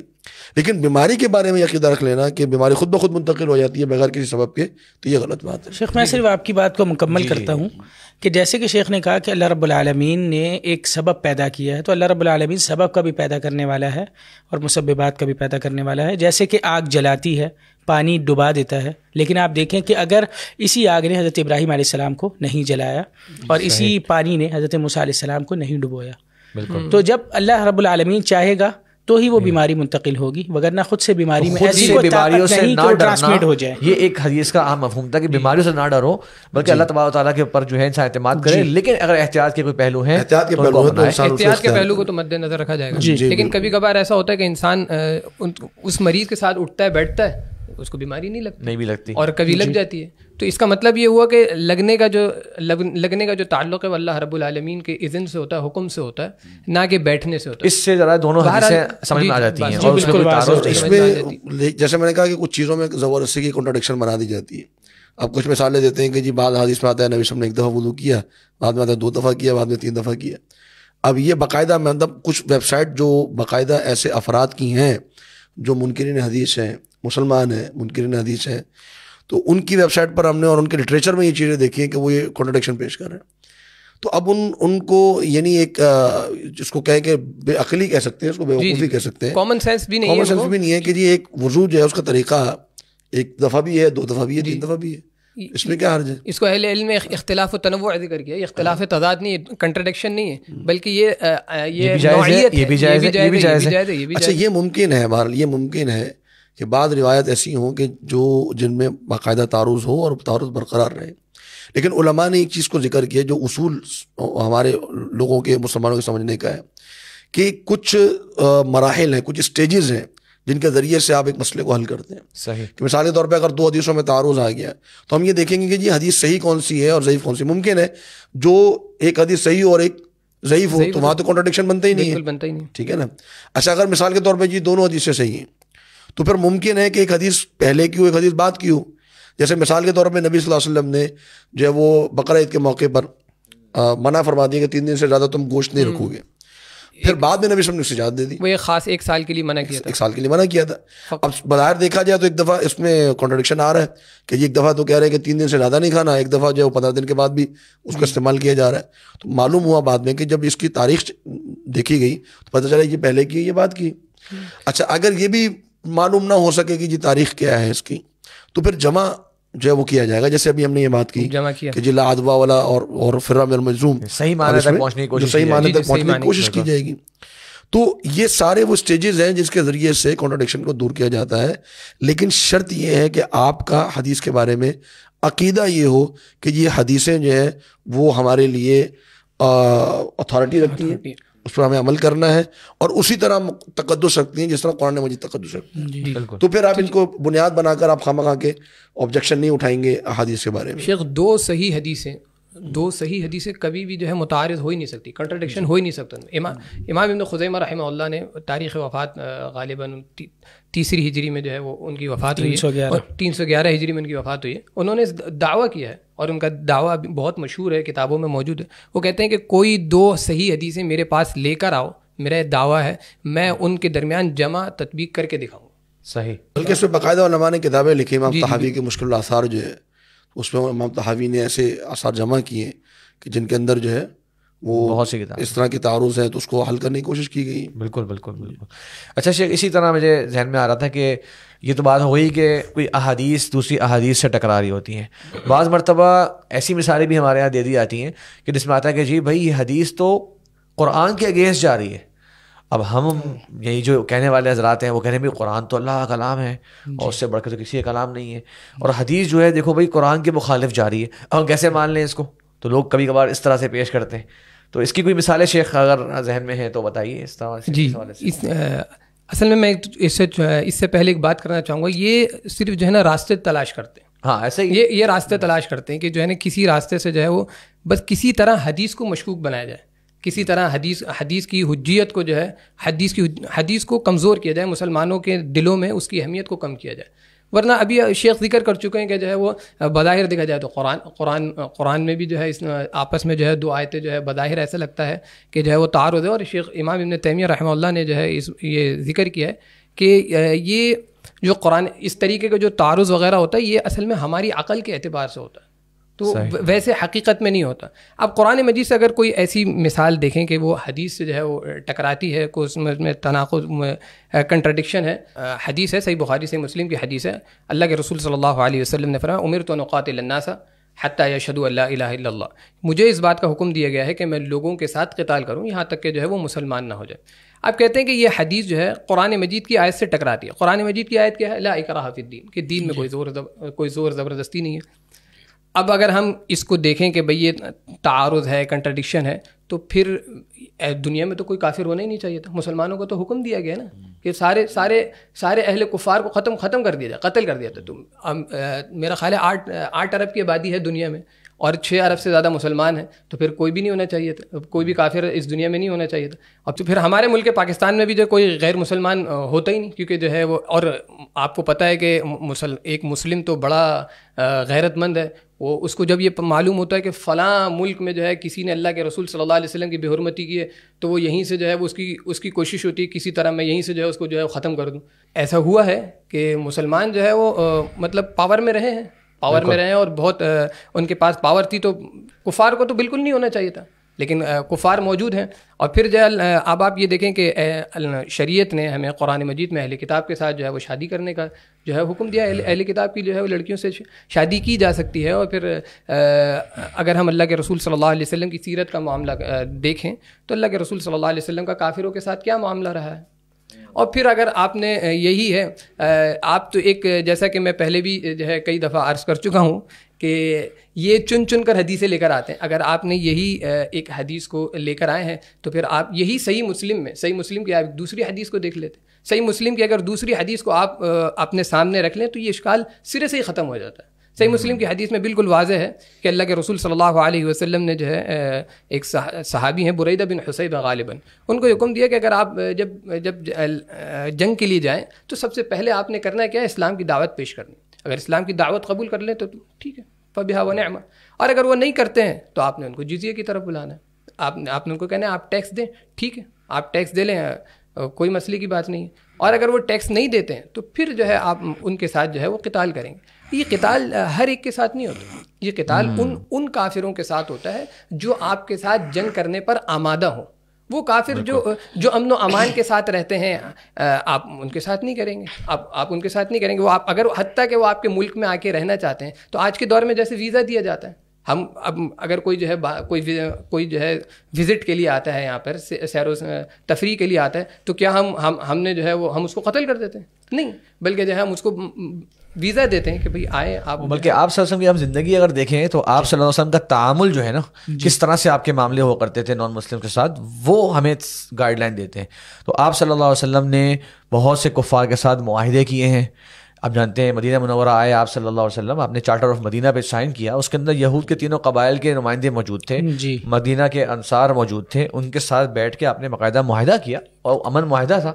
تو اگر ان کو قتل کرنے کا حکم ہوتا تو معاہدہ کیسے ان کے ساتھ ہوتا. پھر صلح حدیبیہ کے موقع پر آپ صلی اللہ علیہ وسلم نے بہت بعد میں جا کے باقاعدہ قریش کے ساتھ جنگ بندی کا معاہدہ کیا تھا. تو بات وہی ہے کہ اس حدیث کے اندر یہ اور جو سٹیپس ہیں جس طرح آپ نے ذکر کیا حضرت بریدہ کی روایت کی بات تعلق سے، اس میں دو باتیں اور میں بھی ایڈ کروں ضرور سے. کہ ایک تو یہ کہ اس کے حوالے سے پھر احادیث کو سامنے رکھتے ہوئے بہت سے لوگ یہ بھی ذکر کرتے ہیں کہ یہ قتال اور جہاد کے ذریعے سے اسلام پھیلا ہے. تو یہ بھی تھوڑا پوائنٹ کلیئر ہونا چاہیے کہ جی نبی صلی اللہ علیہ وسلم کے دور میں جو جہاد ہوا ہے، جہاد کی دو اقسام ہم پڑھتے ہیں شریعت کے اندر، ایک جہاد دفاعی ہے اور ایک جہاد اقدامی ہے. جہاد دفاعی ہے کہ کوئی دشمن آپ پر حملہ آور ہو تو آپ نے اپنا ڈیفینس کرنا ہے. صحیح. تو نبی صلی اللہ علیہ وسلم کے جو 27 غزوات ہیں ان میں سے نصف سے زیادہ غزوات ایسے ہیں جو دفاعی ہیں. جی ٹھیک ہے نا، یعنی غزوہ احد لے لیجئے یا آپ غزوہ خندق لے لیجئے، غزوہ احزاب ہے. تو یہ اکثر غزوات ایسے ہیں جو دفاعی آپ صلی اللہ علیہ وسلم نے لڑے ہیں. تو ایک تو یہ بات سامنے ہونی چاہیے، نہیں آپ پہ حملہ ہو رہا ہے آپ خالی ڈیفینڈ کر رہے ہیں، آپ ڈیفینڈ کر رہے ہیں. بالکل. دوسری بات یہ ہے کہ نبی صلی اللہ علیہ وسلم نے جو حدیث ہے تو آپ صلی اللہ علیہ وسلم کہ اپنا جو تعامل آپ نے ذکر کیا اس کے اندر بھی، یعنی اگر ہم دیکھیں کہ ان 27 غزوات میں جو نبی صلی اللہ علیہ وسلم نے لڑے کتنے کفار قتل کیے گئے ہیں. تو مسلمان اس میں تو شہید کم ہوئے لیکن کفار بھی جو قتل کیے گئے تو وہ بھی یعنی 600-700 کی تعداد ذکر ہوتی ہے. 600-700 کی تعداد میں کفار قتل کیے گئے، وہ بھی جنگوں کے اندر، اور وہ بھی جہاں نبی صلی اللہ علیہ وسلم نے دفاع فرمایا. اور پھر 1 لاکھ سے زیادہ لوگ مسلمان ہو گئے. اس کا مطلب یہ نہیں ہے کہ قتل کر کے ہی لوگوں کو مسلمان کرنا ہے. اور اس میں اگر ہم کانٹراڈکشن کی بات کر رہے ہیں تو اس میں ایک چیز جو ضروری ہے وہ یہ کہ قرآن مجید کے اندر بھی یہ حکم موجود ہے. جیسا کہ ہم قرآن مجید میں آیت پڑھتے ہیں کہ وقاتلوہم حتی لا تکون فتنہ ویکون الدین کلہ للہ. وقاتلوہم، تم ان کافروں سے لڑنا ہے، حتی لا تکون فتنہ، یہاں تک کہ فتنہ یعنی اس سے مراد ہے کہ کفر ختم ہو جائے اور دین پورا کا پورا اللہ کے لیے ہو جائے. تو اب آپ نے ایک آیت تو لے لی لا اکراہ فی الدین، لیکن باقی اس طرح کی جو آیات ہیں وقتلوہم حیث ثقفتموہم، جہاں سے وہ نکلے ان کو تم قتل کر دو. اب یہ آیت بھی قرآن مجید کے اندر موجود ہے، یہ آیت بھی قرآن مجید کا حصہ ہے. تو اس سے جو اصل ہمارا جو موضوع تھا وہ یہ چل رہا تھا کہ جو حدیث کا کوئی کانٹراڈکشن نہیں ہے قرآن مجید کے ساتھ، بالکل صحیح بنا کر پیش کیا جاتا ہے، بناوٹی پیش کیا جاتا ہے، لیکن ایسا کوئی معاملہ ہے نہیں. قرآن مجید کی کوئی تعارض نہیں ہے. بالکل. یہ ہو سکتا ہے کہ جیسے شیخ اس میں تھوڑا سی آپ بھی اس میں ایڈ کیجیے گا کہ جیسے سنت کا قرآن مجید کے ساتھ جو تعلق ہم بیان کرتے ہیں عموماً، بالکل، کہ سنت کا کیا کیا تعلق ہے قرآن مجید سے، کہ یہ قرآن مجید کی کبھی حکم آتا ہے تو اس کی وضاحت کر دی جاتی ہے، قرآن مجید کے کسی حکم پر اضافہ کر دیا جاتا ہے. تو یہ بالکل ایسے کوئی کانٹرڈکشن نہیں ہے قرآن کو اس کے ساتھ. بالکل, بلکہ شیخ جس طرح آپ نے بھی ذکر کیا, اور بلکہ ہم یہ کہتے ہیں کہ قرآن اور سنت کا بہت گہرا تعلق ہے آپس میں, اور دونوں ایک دوسرے کی جیسے کہتے ہیں نا اہمیت واضح کر رہے ہیں. تو آپ صلی اللہ علیہ وسلم کی جو فرامین ہے اس سے قرآن کی بہت سی آیات کا صحیح سمجھ میں آتا ہے. میں آپ کو مثال دیتا ہوں, کہیں گے اس مثال سے کیا ہے. جیسے قرآن کے اندر آیت ہے الذین آمنوا ولم یلبسوا ایمانہم بظلم اولئک لہم الامن وہم مہتدون. جو لوگ ایمان لے کر آئے اور ایمان لانے کے بعد ان کے ایمان میں ظلم کی آمیزش شامل نہیں ہوئی, ان کے لیے امن ہے اور وہی ہدایت والے ہیں. اس سے معلوم ہو رہا ہے کہ بھائی ایمان لانے کے بعد ظلم نہیں کرنا. اب صحابہ کرام بھی اس آیت کو سن کے پریشان ہو گئے, احادیث میں آتا ہے. آپ سے میں اگر سوال کروں کہ بھائی امن اور ہدایت تب ملے گی جب کوئی ظلم نہیں کرنا, کیا کوئی آج دنیا میں ایسا شخص ہے جو کہہ سکتا ہے کہ میں نے اپنی جان میں ظلم نہیں کیا؟ جی, وہ بھی اپنے اوپر, اپنے بارے میں کہہ سکتا ہے؟ کوئی نہیں کہہ سکتا. تو بھائی پھر تمہارے لیے امن اور ہدایت نہیں ہے. تو صحابہ کرام پریشان ہو, بولا یا رسول اللہ اینا لم یظلم نفسہ, یا اللہ کے رسول کون ہم میں سے ایسا ہے جس نے اپنی جان میں ظلم نہیں کیا؟ تو اللہ کے رسول صلی اللہ علیہ وسلم نے فرمایا کہ یہ وہ نہیں ہے جو تم سمجھ رہے ہو کہ انسان کا گناہوں کے ذریعے اپنے اوپر ظلم کرنا, وہ تو سب کر سکتے ہیں, لیکن یہ وہ والا ظلم مراد ہے جو قرآن میں حضرت لقمان کے واقعے میں ذکر ہے کہ ان الشرک لظلم عظیم. نے بیٹے سے کہا تھا کہ بیٹا شرک مت کرنا کبھی بھی, یہ بہت بڑا ظلم ہے. تو وہاں ظلم کی وضاحت آ گئی. اس آیت سے کیا معنی ہے وہ ظلم کا واضح ہو گیا. اسی طرح سے ایک اور مثال جو ہے وہ ذہن میں آ رہی ہے کہ کچھ آیات جو ہیں اس میں جنرل میننگ ہوتا ہے, عام تمام کنڈیشنز جو ہیں وہ مینشن نہیں ہوتی, وہ کچھ کنڈیشنز احادیث میں آ جاتی ہیں. جیسے کہ سورہ نساء کے اندر اللہ تبارک و تعالیٰ نے جو محرم رشتہ دار خواتین ہیں ان کا جو ذکر کیا کہ یہ جو ہے خواتین تمہارے لیے ان سے نکاح کرنا جو ہے حرام ہے. اچھا, ان نکاح کرنے والی خواتین کے اندر وہاں پر سنت کے اندر ایک کنڈیشن آ گئی کہ بھائی دو جو خواتین سے آپ اگر دو شادیاں کرنا چاہ رہے ہو تو ضروری ہے کہ اس خاتون کی جو پہلی بیوی ہے اس کی خالہ نہ ہو, اور دوسری بیوی جو ہے وہ اس خاتون کی پھپھو نہ ہو. یعنی ایک خاتون کو آپ ان کی پھپھو اور ان کی خالہ کے ساتھ نکاح میں, بھانجی خالہ ایک ساتھ نکاح میں نہیں آ سکتی, بھانجی خالہ بھتیجی پھوپھی ایک ساتھ نکاح میں ایک ساتھ آ سکتے. اچھا, یہ کنڈیشن جو ہے حدیث میں آئی ہے, اور یہ کنڈیشن جو ہے وہ کسی بھی قرآن کی آیت کے اندر موجود نہیں ہے, لیکن ہمارا مسلمانوں کا اس کے اوپر عمل ہے. اسی طریقے سے قرآن کے اندر اللہ تعالیٰ نے وراثت کی آیات کی وجہ فرمایا یوصیکم اللہ فی اولادکم, وراثت کی جو پوری آیتیں. اچھا, ہم جانتے ہیں کہ بھائی وراثت تو ملتی ہے نسب کی وجہ سے اور بیٹے ہونے کی وجہ سے, لیکن بھائی اگر بیٹا بھی ہو, سگا بیٹا بھی ہو, ایک کنڈیشن جو حدیث نے دی ہے اگر وہ مسنگ ہو تو وراثت نہیں ملے گی, اور وہ کیا ہے کہ ایمان والا. کوئی کافر کسی مومن کا جو ہے وارث نہیں بن سکتا, اور کوئی مومن کسی کافر کا وارث نہیں بن سکتا.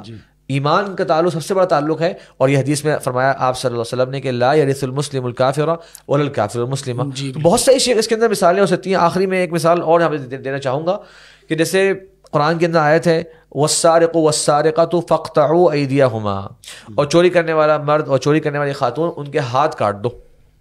اب ہاتھ میں, اور آپ سمجھتے ہیں اردو زبان میں ہاتھ ہماری کلائی تک بھی ہوتا ہے, بازو کو بھی شامل کر لیتے ہیں ہاتھ میں, کندھے تک بھی جو ہے وہ ہاتھ کہلاتا ہے. تو ایک شخص بولے بھائی میں تو خالی قرآن کا ماننے والا ہوں, میں تو قرآن کی روشنی میں اس پہ عمل کروں گا, تو کیا پتا وہ کسی کا جو ہے وہ جا کے بازو تک کاٹ دے ہاتھ اور سمجھے کہ میں قرآن پہ عمل کر رہا ہوں. اچھا جی, کس چیز پہ کاٹو گے؟ آ کے وہ بیچارہ اس نے 10 روپے کا کوئی پین چرا لیا, تو آپ بولے بھائی قرآن کہہ رہا ہے بھائی چوری کرنے والے کا ہاتھ کاٹو, تمہارا میں ابھی ہاتھ کاٹ رہا ہوں. ہم کہیں گے بھائی آپ قرآن کی غلط تشریح کر رہے ہیں. آپ صلی اللہ علیہ وسلم نے اس چیپٹر کی مکمل وضاحت فرما دی. آپ کا فرمان ہے لا تقطع يد السارق الا في ربع دراهم فاكثر, کہ بھائی ربع دینار, جزاک اللہ, کہ ربع دینار تقریباً آج کل کے حساب سے شاید 14-15 ہزار روپے بنتے ہیں. 1 گرام تقریباً, ایک گرام سے کچھ اوپر, بالکل 1.14 اتنا سونا جو ہے 1.14. تو یہ اتنے مقدار کا اگر سونا جو ہے یہ جو چوری کی جائے گی اس کی مالیت اگر اتنی پہنچتی ہوگی تب ہاتھ کٹے گا. اچھا, اس کا یہ مطلب نہیں ہے کہ سمجھے بھائی کہ ہاتھ جو چوری کرتے رہو چھوٹی چھوٹی چیزوں کی, مراد یہ ہے کہ ہاتھ کٹنے کی سزا جو ہے, جو کہ ایک سخت سزا ہے, وہ کم از کم اتنی مقدار پہ چاہیے. اس سے کم والے کو آپ پکڑ کے جو ہے وہ کوڑے لگا سکتے ہیں, تعزیر اس کی سزا جو ہے وہ شریعت رکھی ہے, لیکن کم از کم حد نافذ نہیں ہوگی جب تک کہ یہ ہے. اور بھی اسی کنڈیشن ہے. اس کے بعد آپ صلی اللہ علیہ وسلم نے واضح فرما دیا کہ وہ کلائی سے جو ہے اس کا ہاتھ کاٹا جائے گا, اور سیدھا ہاتھ جو ہے وہ پہلے کاٹا جائے گا. مطلب حدیث کی روشنی میں اس آیت کا صحیح معنی و مفہوم واضح ہوا. تو خیر اس میں نے کہا کہ شیخ اور بھی بہت سی مثالیں ہو سکتی ہیں, لیکن بتانا مقصد ہے کہ بھائی قرآن کا سنت کا گہرا تعلق ہے, اور اگر آپ واقعی کہنا چاہ رہے ہیں کہ میں قرآن کی تعظیم کرتا ہوں اور مجھے قرآن سے بڑی تعلق اور محبت ہے, تو ان آیات کا صحیح معنی و مفہوم آپ بیان کر ہی نہیں سکتے جب تک کہ آپ صلی اللہ علیہ وسلم کی بیان کردہ تفسیر کی طرف رجوع نہ کر لیں. لیکن شیخ میرے ذہن میں ایک اور مثال آ رہی تھی, اس تعلق سے آپ اگر کچھ روشنی ڈالیں, کہ جیسے قرآن کے اندر آتا ہے ربا کی جو آیتیں ہیں شیخ, اس میں آتا ہے الذین یاکلون الربا, جو ربا کھاتے ہیں, اور لا تأکلوا الربا اضعافا مضاعفا, ربا مت کھاؤ, سود مت کھاؤ. اور کہتے ہیں بھائی کہ ان آیتوں سے سمجھ میں آتا ہے ہمیں کہ صرف ربا جو ہے نا وہ ون سائڈڈ حرام ہے, مطلب جو کھانے والا ہے نا اس کے لیے تو حرام ہے, جو دینے والا ہے نا اس کے لیے حرام نہیں ہے. تو یہ بھی شیخ کچھ لوگ جو ہے وہ اس مطلب ربا سے فرنیچر خرید سکتے ہیں آپ کھائیں نہیں, مطلب جی پیزا نہ خریدیں, برگر نہ خریدیں. جی بالکل, آپ کار خرید لیں. بالکل اس کا یعنی قرآن مجید کو ہی صرف سامنے رکھیں گے جی اس کی روشنی, اور اس کا جو اس کے متعلق جو احادیث ہیں جب آپ وہ ساتھ نہیں ملائیں گے تو ظاہری بات ہے پھر آپ یہی معنی نکالیں گے. تو اس میں یہ کہ جی ہمارے ایک بڑے مشہور اسکالر ہیں جاوید غامدی صاحب, تو انہوں نے یہ فتویٰ بھی جاری کر دیا ہے کہ جی آپ اگر جو امریکہ یورپ میں ہیں اور آپ کوئی گھر لینا چاہ رہے ہیں جو مورگیج وہاں پہ چلتا ہے تو جی آپ لے سکتے ہیں, کیونکہ سود جو ہے وہ دینا حرام نہیں ہے, سود لینا حرام ہے. اور استدلال ان کا اس آیت سے ہے کہ جی الذین یاکلون الربا لا یقومون, اسی طرح اللہ رب العالمین نے جو سود کھانے سے منع کیا ہے. تو اگر یہ الفاظ دے لیے جائیں جیسے آپ کہہ رہے ہیں تو پھر تو آپ الفاظ پر عقل کا لیں نا, ولا تاکلوا, ٹھیک ہے نا, الذین یاکلون الربا, ٹھیک ہے نا, تو پھر تو کھانا مراد ہو گیا. پھر تو یہ ہے کہ کھانا حرام ہے, باقی چیزیں آپ باقی جو کام کرنا چاہتے ہیں باقی آپ کام کریں, کوئی مسئلہ نہیں ہے. پھر اسی طریقے سے اللہ رب العالمین نے قرآن مجید میں مال باطل کے بارے میں یہ فرمایا کہ وَلَا تَأْكُلُوا أَمْوَالَكُمْ بَيْنَكُمْ بِالْبَاطِلِ, ٹھیک ہے نا, کہ باطل طریقے سے مالوں کو نہ کھاؤ, ٹھیک ہے نا. یعنی اس کا مطلب یہ ہو گیا کہ باطل طریقے سے مال لینا منع ہے, دینا جائز ہے. یعنی آپ رشوت لے نہیں سکتے, رشوت دے سکتے ہیں اسی آیت کی روشنی میں. بالکل. تو اموال باطل تو پھر یہ ہو گیا کہ اگر آپ یہ کہیں کہ جی لینا منع ہے دینا منع نہیں ہے, اگر آپ عقل کا معنی یہ کرتے ہیں تو پھر تو یہ ہو گیا معاملہ. تو یہ, اور پھر عقل کا معنی ہے کھانا, جی وہی بات آ گئی. تو پھر آپ صرف کھانا منع ہے آپ کے لیے, باقی آپ گاڑی بھی خریدیں, آپ جو ہے وہ پھر آپ اپنے سارے گاڑی کر لیں, آپ ٹور پہ چلے جائیں تو آپ کے لیے سب جائز ہو جائے گا. تو بات وہی آ گئی کہ جی یہاں پر چونکہ قرآن مجید کو آپ صرف اپنی رائے سے سمجھنے کی کوشش کر رہے ہیں, اور آپ اس کے ساتھ جو حدیث میں جو اس کی بریفنگ ہے, جو اس کی وضاحت ہے, وہ آپ نہیں لے رہے. جیسا کہ صحیح حدیث میں ہے کہ نبی صلی اللہ علیہ وسلم کا فرمان ہے کہ لعن اللہ آکل الربا وموکلہ وکاتبہ وشاہدہ, کہ اللہ رب العالمین کی لعنت ہے سود دینے والے پر, سود لینے والے پر, اور اسی طریقے سے سود لکھنے والے پر, اور سود پر گواہ بننے والے پر. 5 لوگ ہو گئے, 5 لوگوں پر اللہ رب العالمین کی لعنت. اور صحیح مسلم میں شیخ حدیث, بالکل صحیح حدیث ہے. تو اس سے معلوم ہو گیا کہ جی سود جس طریقے سے لینا حرام ہے اسی طریقے سے سود کی ادائیگی بھی حرام ہے. تو مقصد کہنے کا یہ کہ آپ قرآن مجید کی آیات کو اس وقت ہی سمجھ سکتے ہیں کہ جب آپ اس کو سامنے رکھیں گے. اب بظاہر غامدی صاحب یہ کہہ سکتے ہیں کہ یہ تو کانٹرڈکشن آ گیا, قرآن مجید میں ہے سود لینا اور احادیث میں ہے سود دینے والا بھی گناہ گار ہے, تو باہر تو تعارض آ گیا. لیکن ہم اس کو کیا کہیں گے, یہ کانٹرڈکشن نہیں ہے, یہ بریفنگ ہے. یہ بتا رہا ہے کہ عقل الربا جو ہے وہ اصل میں صرف سود لینا نہیں ہے بلکہ سود دینا, سود پر ایگری کر جانا. ایگریمنٹ جو ہمارا ہوتا ہے, دونوں پارٹیز ہوتی ہیں, ایگری کرتی ہیں اس کے اوپر, دوسری پارٹی نے شیخ سائن کیا ہے تبھی تو وہ رافض ہوا ہے, کانٹریکٹ بنا ہے, ایسے ہی دونوں طرف سے سائن. جب اور وہ اس بات کو اقرار کرتے ہیں کہ سود بہت بڑا گناہ ہے, ربا جو ہے سود بہت بڑا گناہ ہے. اب یہ جو سود لینے والا ہے, جو سود کھا رہا ہے, وہ تو بہت بڑے گناہ کا ارتکاب کر رہا ہے, لیکن جو دے رہا ہے وہ اس کے لیے کوئی گناہ نہیں ہے. اب اگر اس کے لیے کوئی گناہ نہیں, حالانکہ اب آپ یہ دیکھیں کہ قرآن مجید میں بھی جو ہے ایک آیت موجود ہے, لعن الذین کفروا من بنی اسرائیل علی لسان داود وعیسی ابن مریم ذلک بما عصوا وکانوا یعتدون کانوا لا یتناہون عن منکر فعلوا. وہ کیا کرتے تھے, وہ صرف اور صرف برائی سے روکتے نہیں تھے, صرف برائی سے روکتے نہیں تھے. تو اللہ رب العالمین نے ان کو بھی سزا میں لعنت کا مستحق, ان کو بھی جو ہے ان کو بھی لعنت کا مستحق قرار دیا. یہاں پہ تو وہ پارٹی ہے دوسری. اور پھر آپ یہ دیکھیں کہ یہاں پہ شریعت جو ہے وہ خیر خواہی چاہتا ہے, بھلائی چاہتا ہے. اب دوسری پارٹی کو شریعت یہ بتا رہی ہے کہ آپ کا دنیاوی نقصان تو ہو رہا ہے, دنیاوی نقصان کے ساتھ ساتھ دینی نقصان بھی ہو رہا ہے. دنیاوی نقصان یہ ہو رہا ہے کہ آپ جو ہے وہ ربا دے رہے ہیں. تو غامدی صاحب تو یہ کہتے ہیں نا کہ بھائی جس کو فائدہ ہو رہا ہے وہ یہ اس کے حق میں منع ہے, جو دے رہا ہے اس کو منع نہیں ہے. اس کو پھر شریعت اس کی خیر خواہی کر رہی ہے دینے والے کی, کہ بھائی آپ کو دنیاوی نقصان بھی ہو رہا ہے اور دینی نقصان بھی ہو رہا ہے. دنیاوی اس اعتبار سے ہو رہا ہے کہ آپ اپنا پیسہ زیادہ دے رہے ہیں, اور دینی نقصان ایسا ہو رہا ہے کہ جو ہے آپ شریعت اس کو پسند نہیں کرتی. شریعت یہ چاہتی, شریعت نے اسی لیے شریعت نے قرض حسنہ کا ایک طریقہ رکھا ہے, جائز طریقہ رکھا ہے. ربا کیا ہے, ربا یہ ہے کہ آپ قرض پر آپ جو ہے زیادہ قیمت کا مطالبہ کرتے ہیں. تو آپ شریعت نے آپ کو قرض حسنہ دے دیا کا ایک طریقہ دے دیا کہ آپ قرض دیں اور پھر جو ہے اس کو آپ اچھے یا پھر شریعت نے کہا کہ اگر آپ یہ ممکن نہیں ہے آپ رہن بھی جس کو جو ہے شریعت نے آپ اپنی کوئی قیمتی چیز جو ہے وہ رکھوا دیں سامنے اور گروی کے طور پر رکھوا دیں اور اس سے جو ہے وہ ضرورت کے تحت کوئی آپ کو پیسے چاہیے کچھ مدت کے لیے چاہیے تو آپ لے سکتے ہیں. تو بہرحال اس میں جو ہے اگر آپ دیکھیں سچائی کی نظر سے دیکھیں تو اس میں شریعت نے خیر خواہی کا پہلو کو مد نظر رکھا ہے اور اس میں جو ہے وہ ہے دونوں کے لیے یہ معاملہ ہی نہ کریں, نہ ایک کو نقصان ہو ایک کو فائدہ ہو, نہیں, یہ معاملہ ہی نہیں چاہیے اور اس کو معاشرے سے ختم ہونا چاہیے. اس میں شیخ ایک اور آیت پیش کی جاتی ہے اور اس کے معنی میں کچھ لوگ جو ہے کہتے ہیں کہ بھائی اس کے اندر تو اشارہ مل رہا ہے کہ ہمیں سنت کی ضرورت ہی نہیں ہے. تو قرآن کی ایسی آیت ہے اور اس میں بیان کر رہے ہیں کہ فرمایا اللہ تبارک تعالیٰ نے کہ وَنَزَّلْنَا عَلَيْكَ الْكِتَابَ تِبْيَانًا لِكُلِّ شَيْءٍ, کہ اے نبی صلی اللہ علیہ وسلم ہم نے آپ پر ایک کتاب نازل کری ہے, اس میں ہر شے کا بیان ہے. لیکن بھائی قرآن مجید میں ہر شے کا بیان موجود ہے تو پھر ہمیں یقیناً آپ صلی اللہ علیہ وسلم کا احترام مقام مرتبہ اپنی جگہ ہے, لیکن ہمیں ان کے احادیث کی دین میں اتھارٹی ماننے کی جو ہے ضرورت نہیں ہے کیونکہ قرآن میں ہر چیز کا بیان آ گیا اور وہ ہمارے لیے کافی ہے. تو کیسے سمجھیں شیخ اس آیت کو؟ دیکھیں یہ شبہ اگر ہم آیت کو اس کے ظاہری معنی پر لیں تو یہ شبہ وارد ہوتا ہے اور یہ شبہ اس طریقے سے سمجھ آتا ہے کہ قرآن میں ہر چیز کا بیان ہے تو پھر سنت کی کیا ضرورت. لیکن کیا واقعی طور پر ایسا ہے؟ ہم دنیاوی امور تو دور رکھیں, دینی امور پر آ جائیں تو دینی امور میں ہمیں کلیات شریعت اور اصول عبادات تو ملتے ہیں کہ ہمیں نماز ادا کرنی ہے, نماز قائم کرنی ہے, زکوٰۃ ادا کرنی ہے اور حج کرنا ہے, اور ان حج کی فرضیت, بدکاری کی ممانعت, سود کی ممانعت, ان سب کے اصول قرآن مجید میں ملتے ہیں. لیکن ان سب کی تفاصیل ہمیں اللہ کے نبی علیہ السلام کے حدیث میں ملتی ہیں. آپ دیکھیں قرآن میں نماز کی رکعت یا نماز کے اوقات کا کوئی ذکر نہیں ہے, اور اسی طریقے سے زکوٰۃ کتنے مال پر ہے, کتنی ادا کرنی ہے, کن کو ادا کرنی ہے, اس کی کوئی تفاصیل نہیں ہے. سال میں کتنی بار دینی ہے, جی سال میں کتنی بار دینی ہے, اسی طریقے سے. اور آپ اسی طریقے سے دوسرے تمام امور, حج کی تاریخیں کون سی ہوں گی, حج کی تاریخیں دی انہیں میں سے اگر ہم بہت مشہور اور مثالیں ہیں. اگر ہم آیت کو اس کے ظاہر پر لیں تو ہمارے لیے ہر چیز کا بیان قرآن میں, کیا قرآن میں سائنس کا بیان ہے, کیا قرآن میں یہ فزکس, بایولوجی, ان سب امور کا بیان ہے؟ قرآن سے سائنس ثابت کر سکتے ہیں ہم؟ نہیں. قرآن میں ان سب چیزوں کا بیان مجمل طور پہ آپ کو مل جائے گا. اللہ رب العالمین فرماتا ہے وَيَخْلُقُ مَا لَا تَعْلَمُونَ کہ اللہ رب العالمین وہ کچھ پیدا کرے گا جو تم جانتے بھی نہیں ہو. تو ایک وقت ہے انسان یہ سب تصور بھی نہیں کر سکتا تھا جو آج ہمارے درمیان چیزیں موجود ہیں.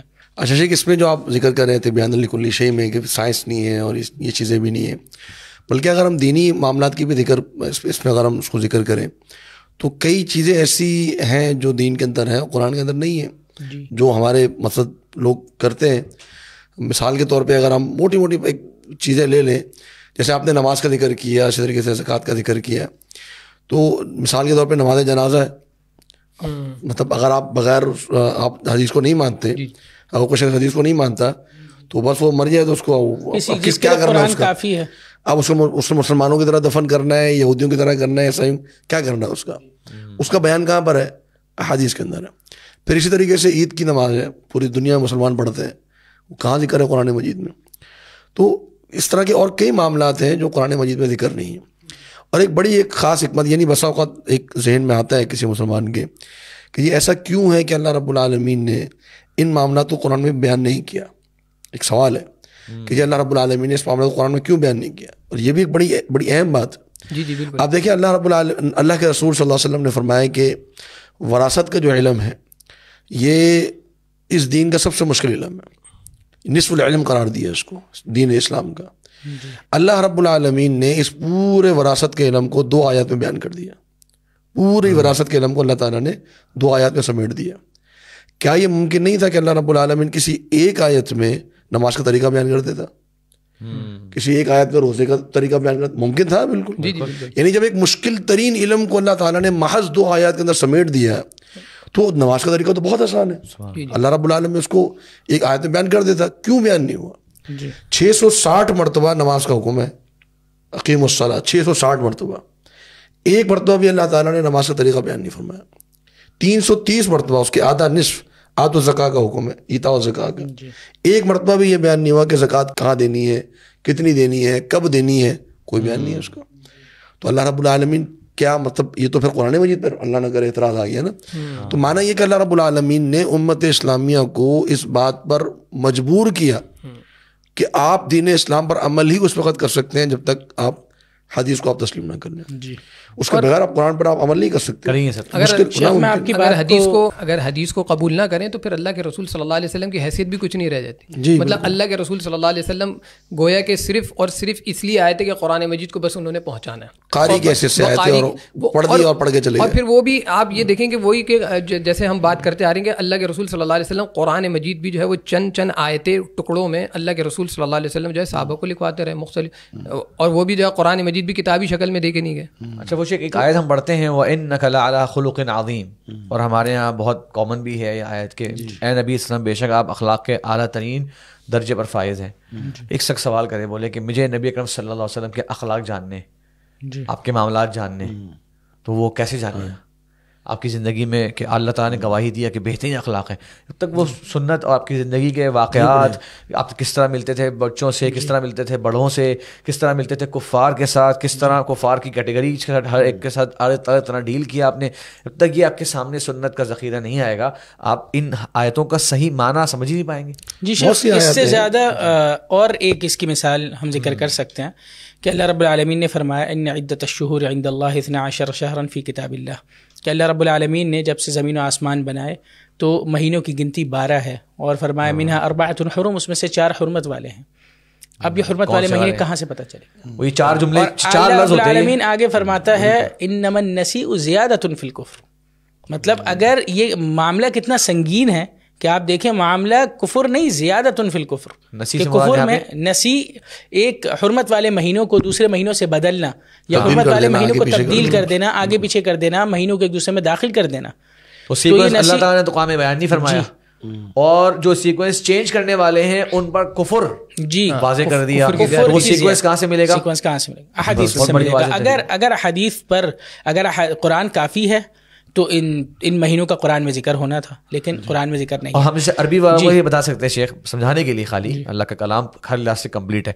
4 حرم کے بعد اگر میں اور آپ بولنا چاہیں بھائی کون سے مہینے ہیں تو ہم اس کو 4 جملوں میں بول سکتے ہیں کہ وہی ہے ذوالقعدہ, ذوالحجہ, محرم اور رجب, مثال کے طور پہ سمجھانے کے لیے, لیکن یہ یہاں مینشن نہیں ہے. بالکل ایسی واقعی جس طرح آپ نے کہا شیخ کہ اللہ تعالیٰ گویا چاہتے ہیں بندوں کو کہ وہ نبی اکرم صلی اللہ علیہ وسلم کی زندگی سے سیکھیں اور لیں, اور یہ باقاعدہ قرآن کی آیت ہے تمہارے لیے بہترین نمونہ ہے ان کی زندگی. شیخ پھر اس کا جب جیسے بات آپ سے شروع ہوئی کہ تبیان لکل شیء, تو پھر اس کا اگر ہم جیسے ہم کہہ رہے ہیں کہ جی کلی شیء کا تبیان تو نہیں ہے, یعنی اس میں جو ہے وہ حدیث کے اندر کی ضرورت محسوس ہوتی ہے, تو اس کا پھر معنی کیا ہو سکتا ہے کہ تبیان لکل شیء؟ جی بالکل, طبیان کا جہاں تک تعلق ہے کہ قرآن طبیان ہے, تو طبیان یا بیان 2 قسم کا ہوتا ہے. ایک جن چیزوں کو قرآن نے ڈائریکٹلی بیان کر دیا, ایک وہ ہے جیسے کہ ہم نے کہا نماز, روزہ, حج کی فرضیت اور بدکاری کی ممانعت, سود وغیرہ, ڈیٹیلز بھی جیسے کہ وراثت کی آیاتیں ہیں, طلاق کے کچھ احکام ہیں. جی اور پھر یوں کہہ سکتے ہیں کہ کچھ احکامات ایسے ہیں جس کی مکمل ون ٹو آل مطلب ساری تفصیل جی تقریباً بیان کر دی ہے. اور دوسری جو قسم ہے طبیان کی, وہ کسی اور دلیل کی طرف ریفر کر دینا, کسی اور دلیل کی طرف ریفر کیا جس کو قرآن نے حجت مانا ہے, جس کو قرآن نے اتھارٹی سمجھا ہے, اس لیے اس کی طرف ریفر کیا, اور وہ اللہ کے نبی علیہ السلام کی احادیث اور آپ کی سنت مبارکہ ہے جس کی طرف قرآن نے ہمیں ریفر کیا ہے. جیسے کہ اقیم الصلاۃ کہا, اور نماز کا طریقہ آپ علیہ السلام سے سکھایا گیا ہمیں. اور ایک اور بات بھی ہے کہ اگر قرآن کافی ہوتا تو اللہ رب العالمین جیسے کہ شیخ نے ذکر کیا تھا کہ وَكَتَبْنَا لَهُ فِي الْأَلْوَاحِ, تورات ایک ساتھ لکھ کر دے دی گئی, لیکن قرآن تھوڑا تھوڑا نازل ہی اس لیے کیا کہ وَقُرْآنًا فَرَقْنَاهُ لِتَقْرَأَهُ عَلَى النَّاسِ عَلَى مُكْثٍ وَنَزَّلْنَاهُ تَنزِيلًا, کہ قرآن ہم نے تھوڑا تھوڑا کر کے اس لیے نازل کیا لِتَقْرَأَهُ عَلَى النَّاسِ عَلَى مُكْثٍ, کہ آپ کو لوگوں پر اس کو تھوڑا تھوڑا کر کے بیان کریں, اور تاکہ لوگوں کے دلوں میں یہ پختہ ہو جائے اور لوگوں پر عمل آسان ہو جائے. تو اللہ کے نبی علیہ السلام پہ تھوڑا تھوڑا نازل ہونا اس چیز کی واضح دلالت ہے کہ قرآن کے اللہ کے نبی علیہ السلام, کیونکہ اللہ کے نبی علیہ السلام کا مشن تھا وَأَنزَلْنَا إِلَيْكَ الذِّكْرَ لِتُبَيِّنَ لِلنَّاسِ, تاکہ آپ لوگوں کو بیان کریں. تو وہ جو بیان ہے اس سے بھی وہی بیان اس کے بغیر قرآن کو کیسے سمجھا جا سکتا ہے. اور ابھی ہم نے اس کی بہت ساری مثالیں ذکر بھی کی ہیں کہ قرآن کو سمجھنے کے لیے احادیث کی کس قدر اہم ہے. پھر اللہ رب العالمین نے فرمایا وَيُعَلِّمُهُمُ الْكِتَابَ وَالْحِكْمَةَ کہ تمہیں جو ہے اللہ کے رسول صلی اللہ علیہ وسلم کی صفات بیان کی کہ وَيُعَلِّمُهُمُ الْكِتَابَ وَالْحِكْمَةَ کہ وہ تمہیں کتاب اور حکمت کی تعلیم دیتا ہے. حکمت کیا ہے؟ اب کتاب سے تو مراد قرآن مجید ہے, تو حکمت سے ظاہری مراد ہے کہ اس سے مراد جو ہے وہ اللہ کے رسول صلی اللہ علیہ وسلم کی سنت ہے, ان کی اپنی تشریح ہے, توضیح ہے.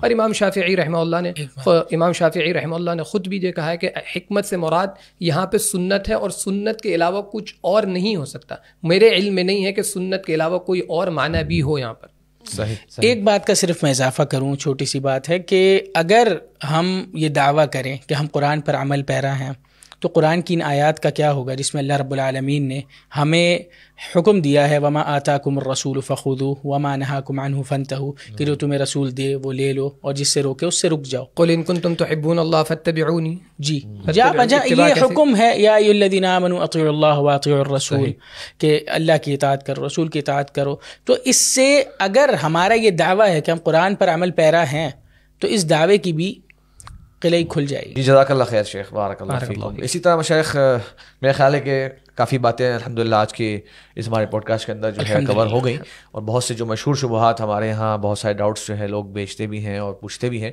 لوگوں کے ذہن میں بھی کچھ اگر ہوں گے تو انشاءاللہ کوشش کی کہ وہ ذرا کلیئر ہو سکے. تو ناظرین کرام, یہاں پر ہمارے پروگرام کا وقت ختم ہوتا ہے, اور بس یہ بتانا تھا آپ کو کہ جیسا کہ آپ کو پچھلے پروگرام میں میں نے ذکر کیا تھا کہ ہماری پوری ایک ویب سائٹ ہے thehadith.net کے نام سے, آپ کے سامنے اس کا URL آ رہا ہے, تو آپ ہماری ویب سائٹ وزٹ کیجئے. اس قسم کے اشکالات, اس قسم کی جو ڈاؤٹس لوگوں کے ذہن میں آتے ہیں, اور بھی حدیث کے تعلق سے اٹھائے جانے والے مختلف سوالات, ان کے جوابات ہم لوگوں نے وہاں پر دینے کی کوشش کی ہے. تو آپ ضرور اس کو وزٹ کیجئے, اور اس میں باقاعدہ سیکشنز موجود ہیں حدیث کی حجیت کے بارے میں, حدیث کی جمع تدوین کے بارے میں. انشاءاللہ العزیز آئندہ کے پروگرامات کے اندر اسی طرح کے ڈفرینٹ موضوعات کے اوپر ہم آپ کے سامنے حاضر ہوں گے.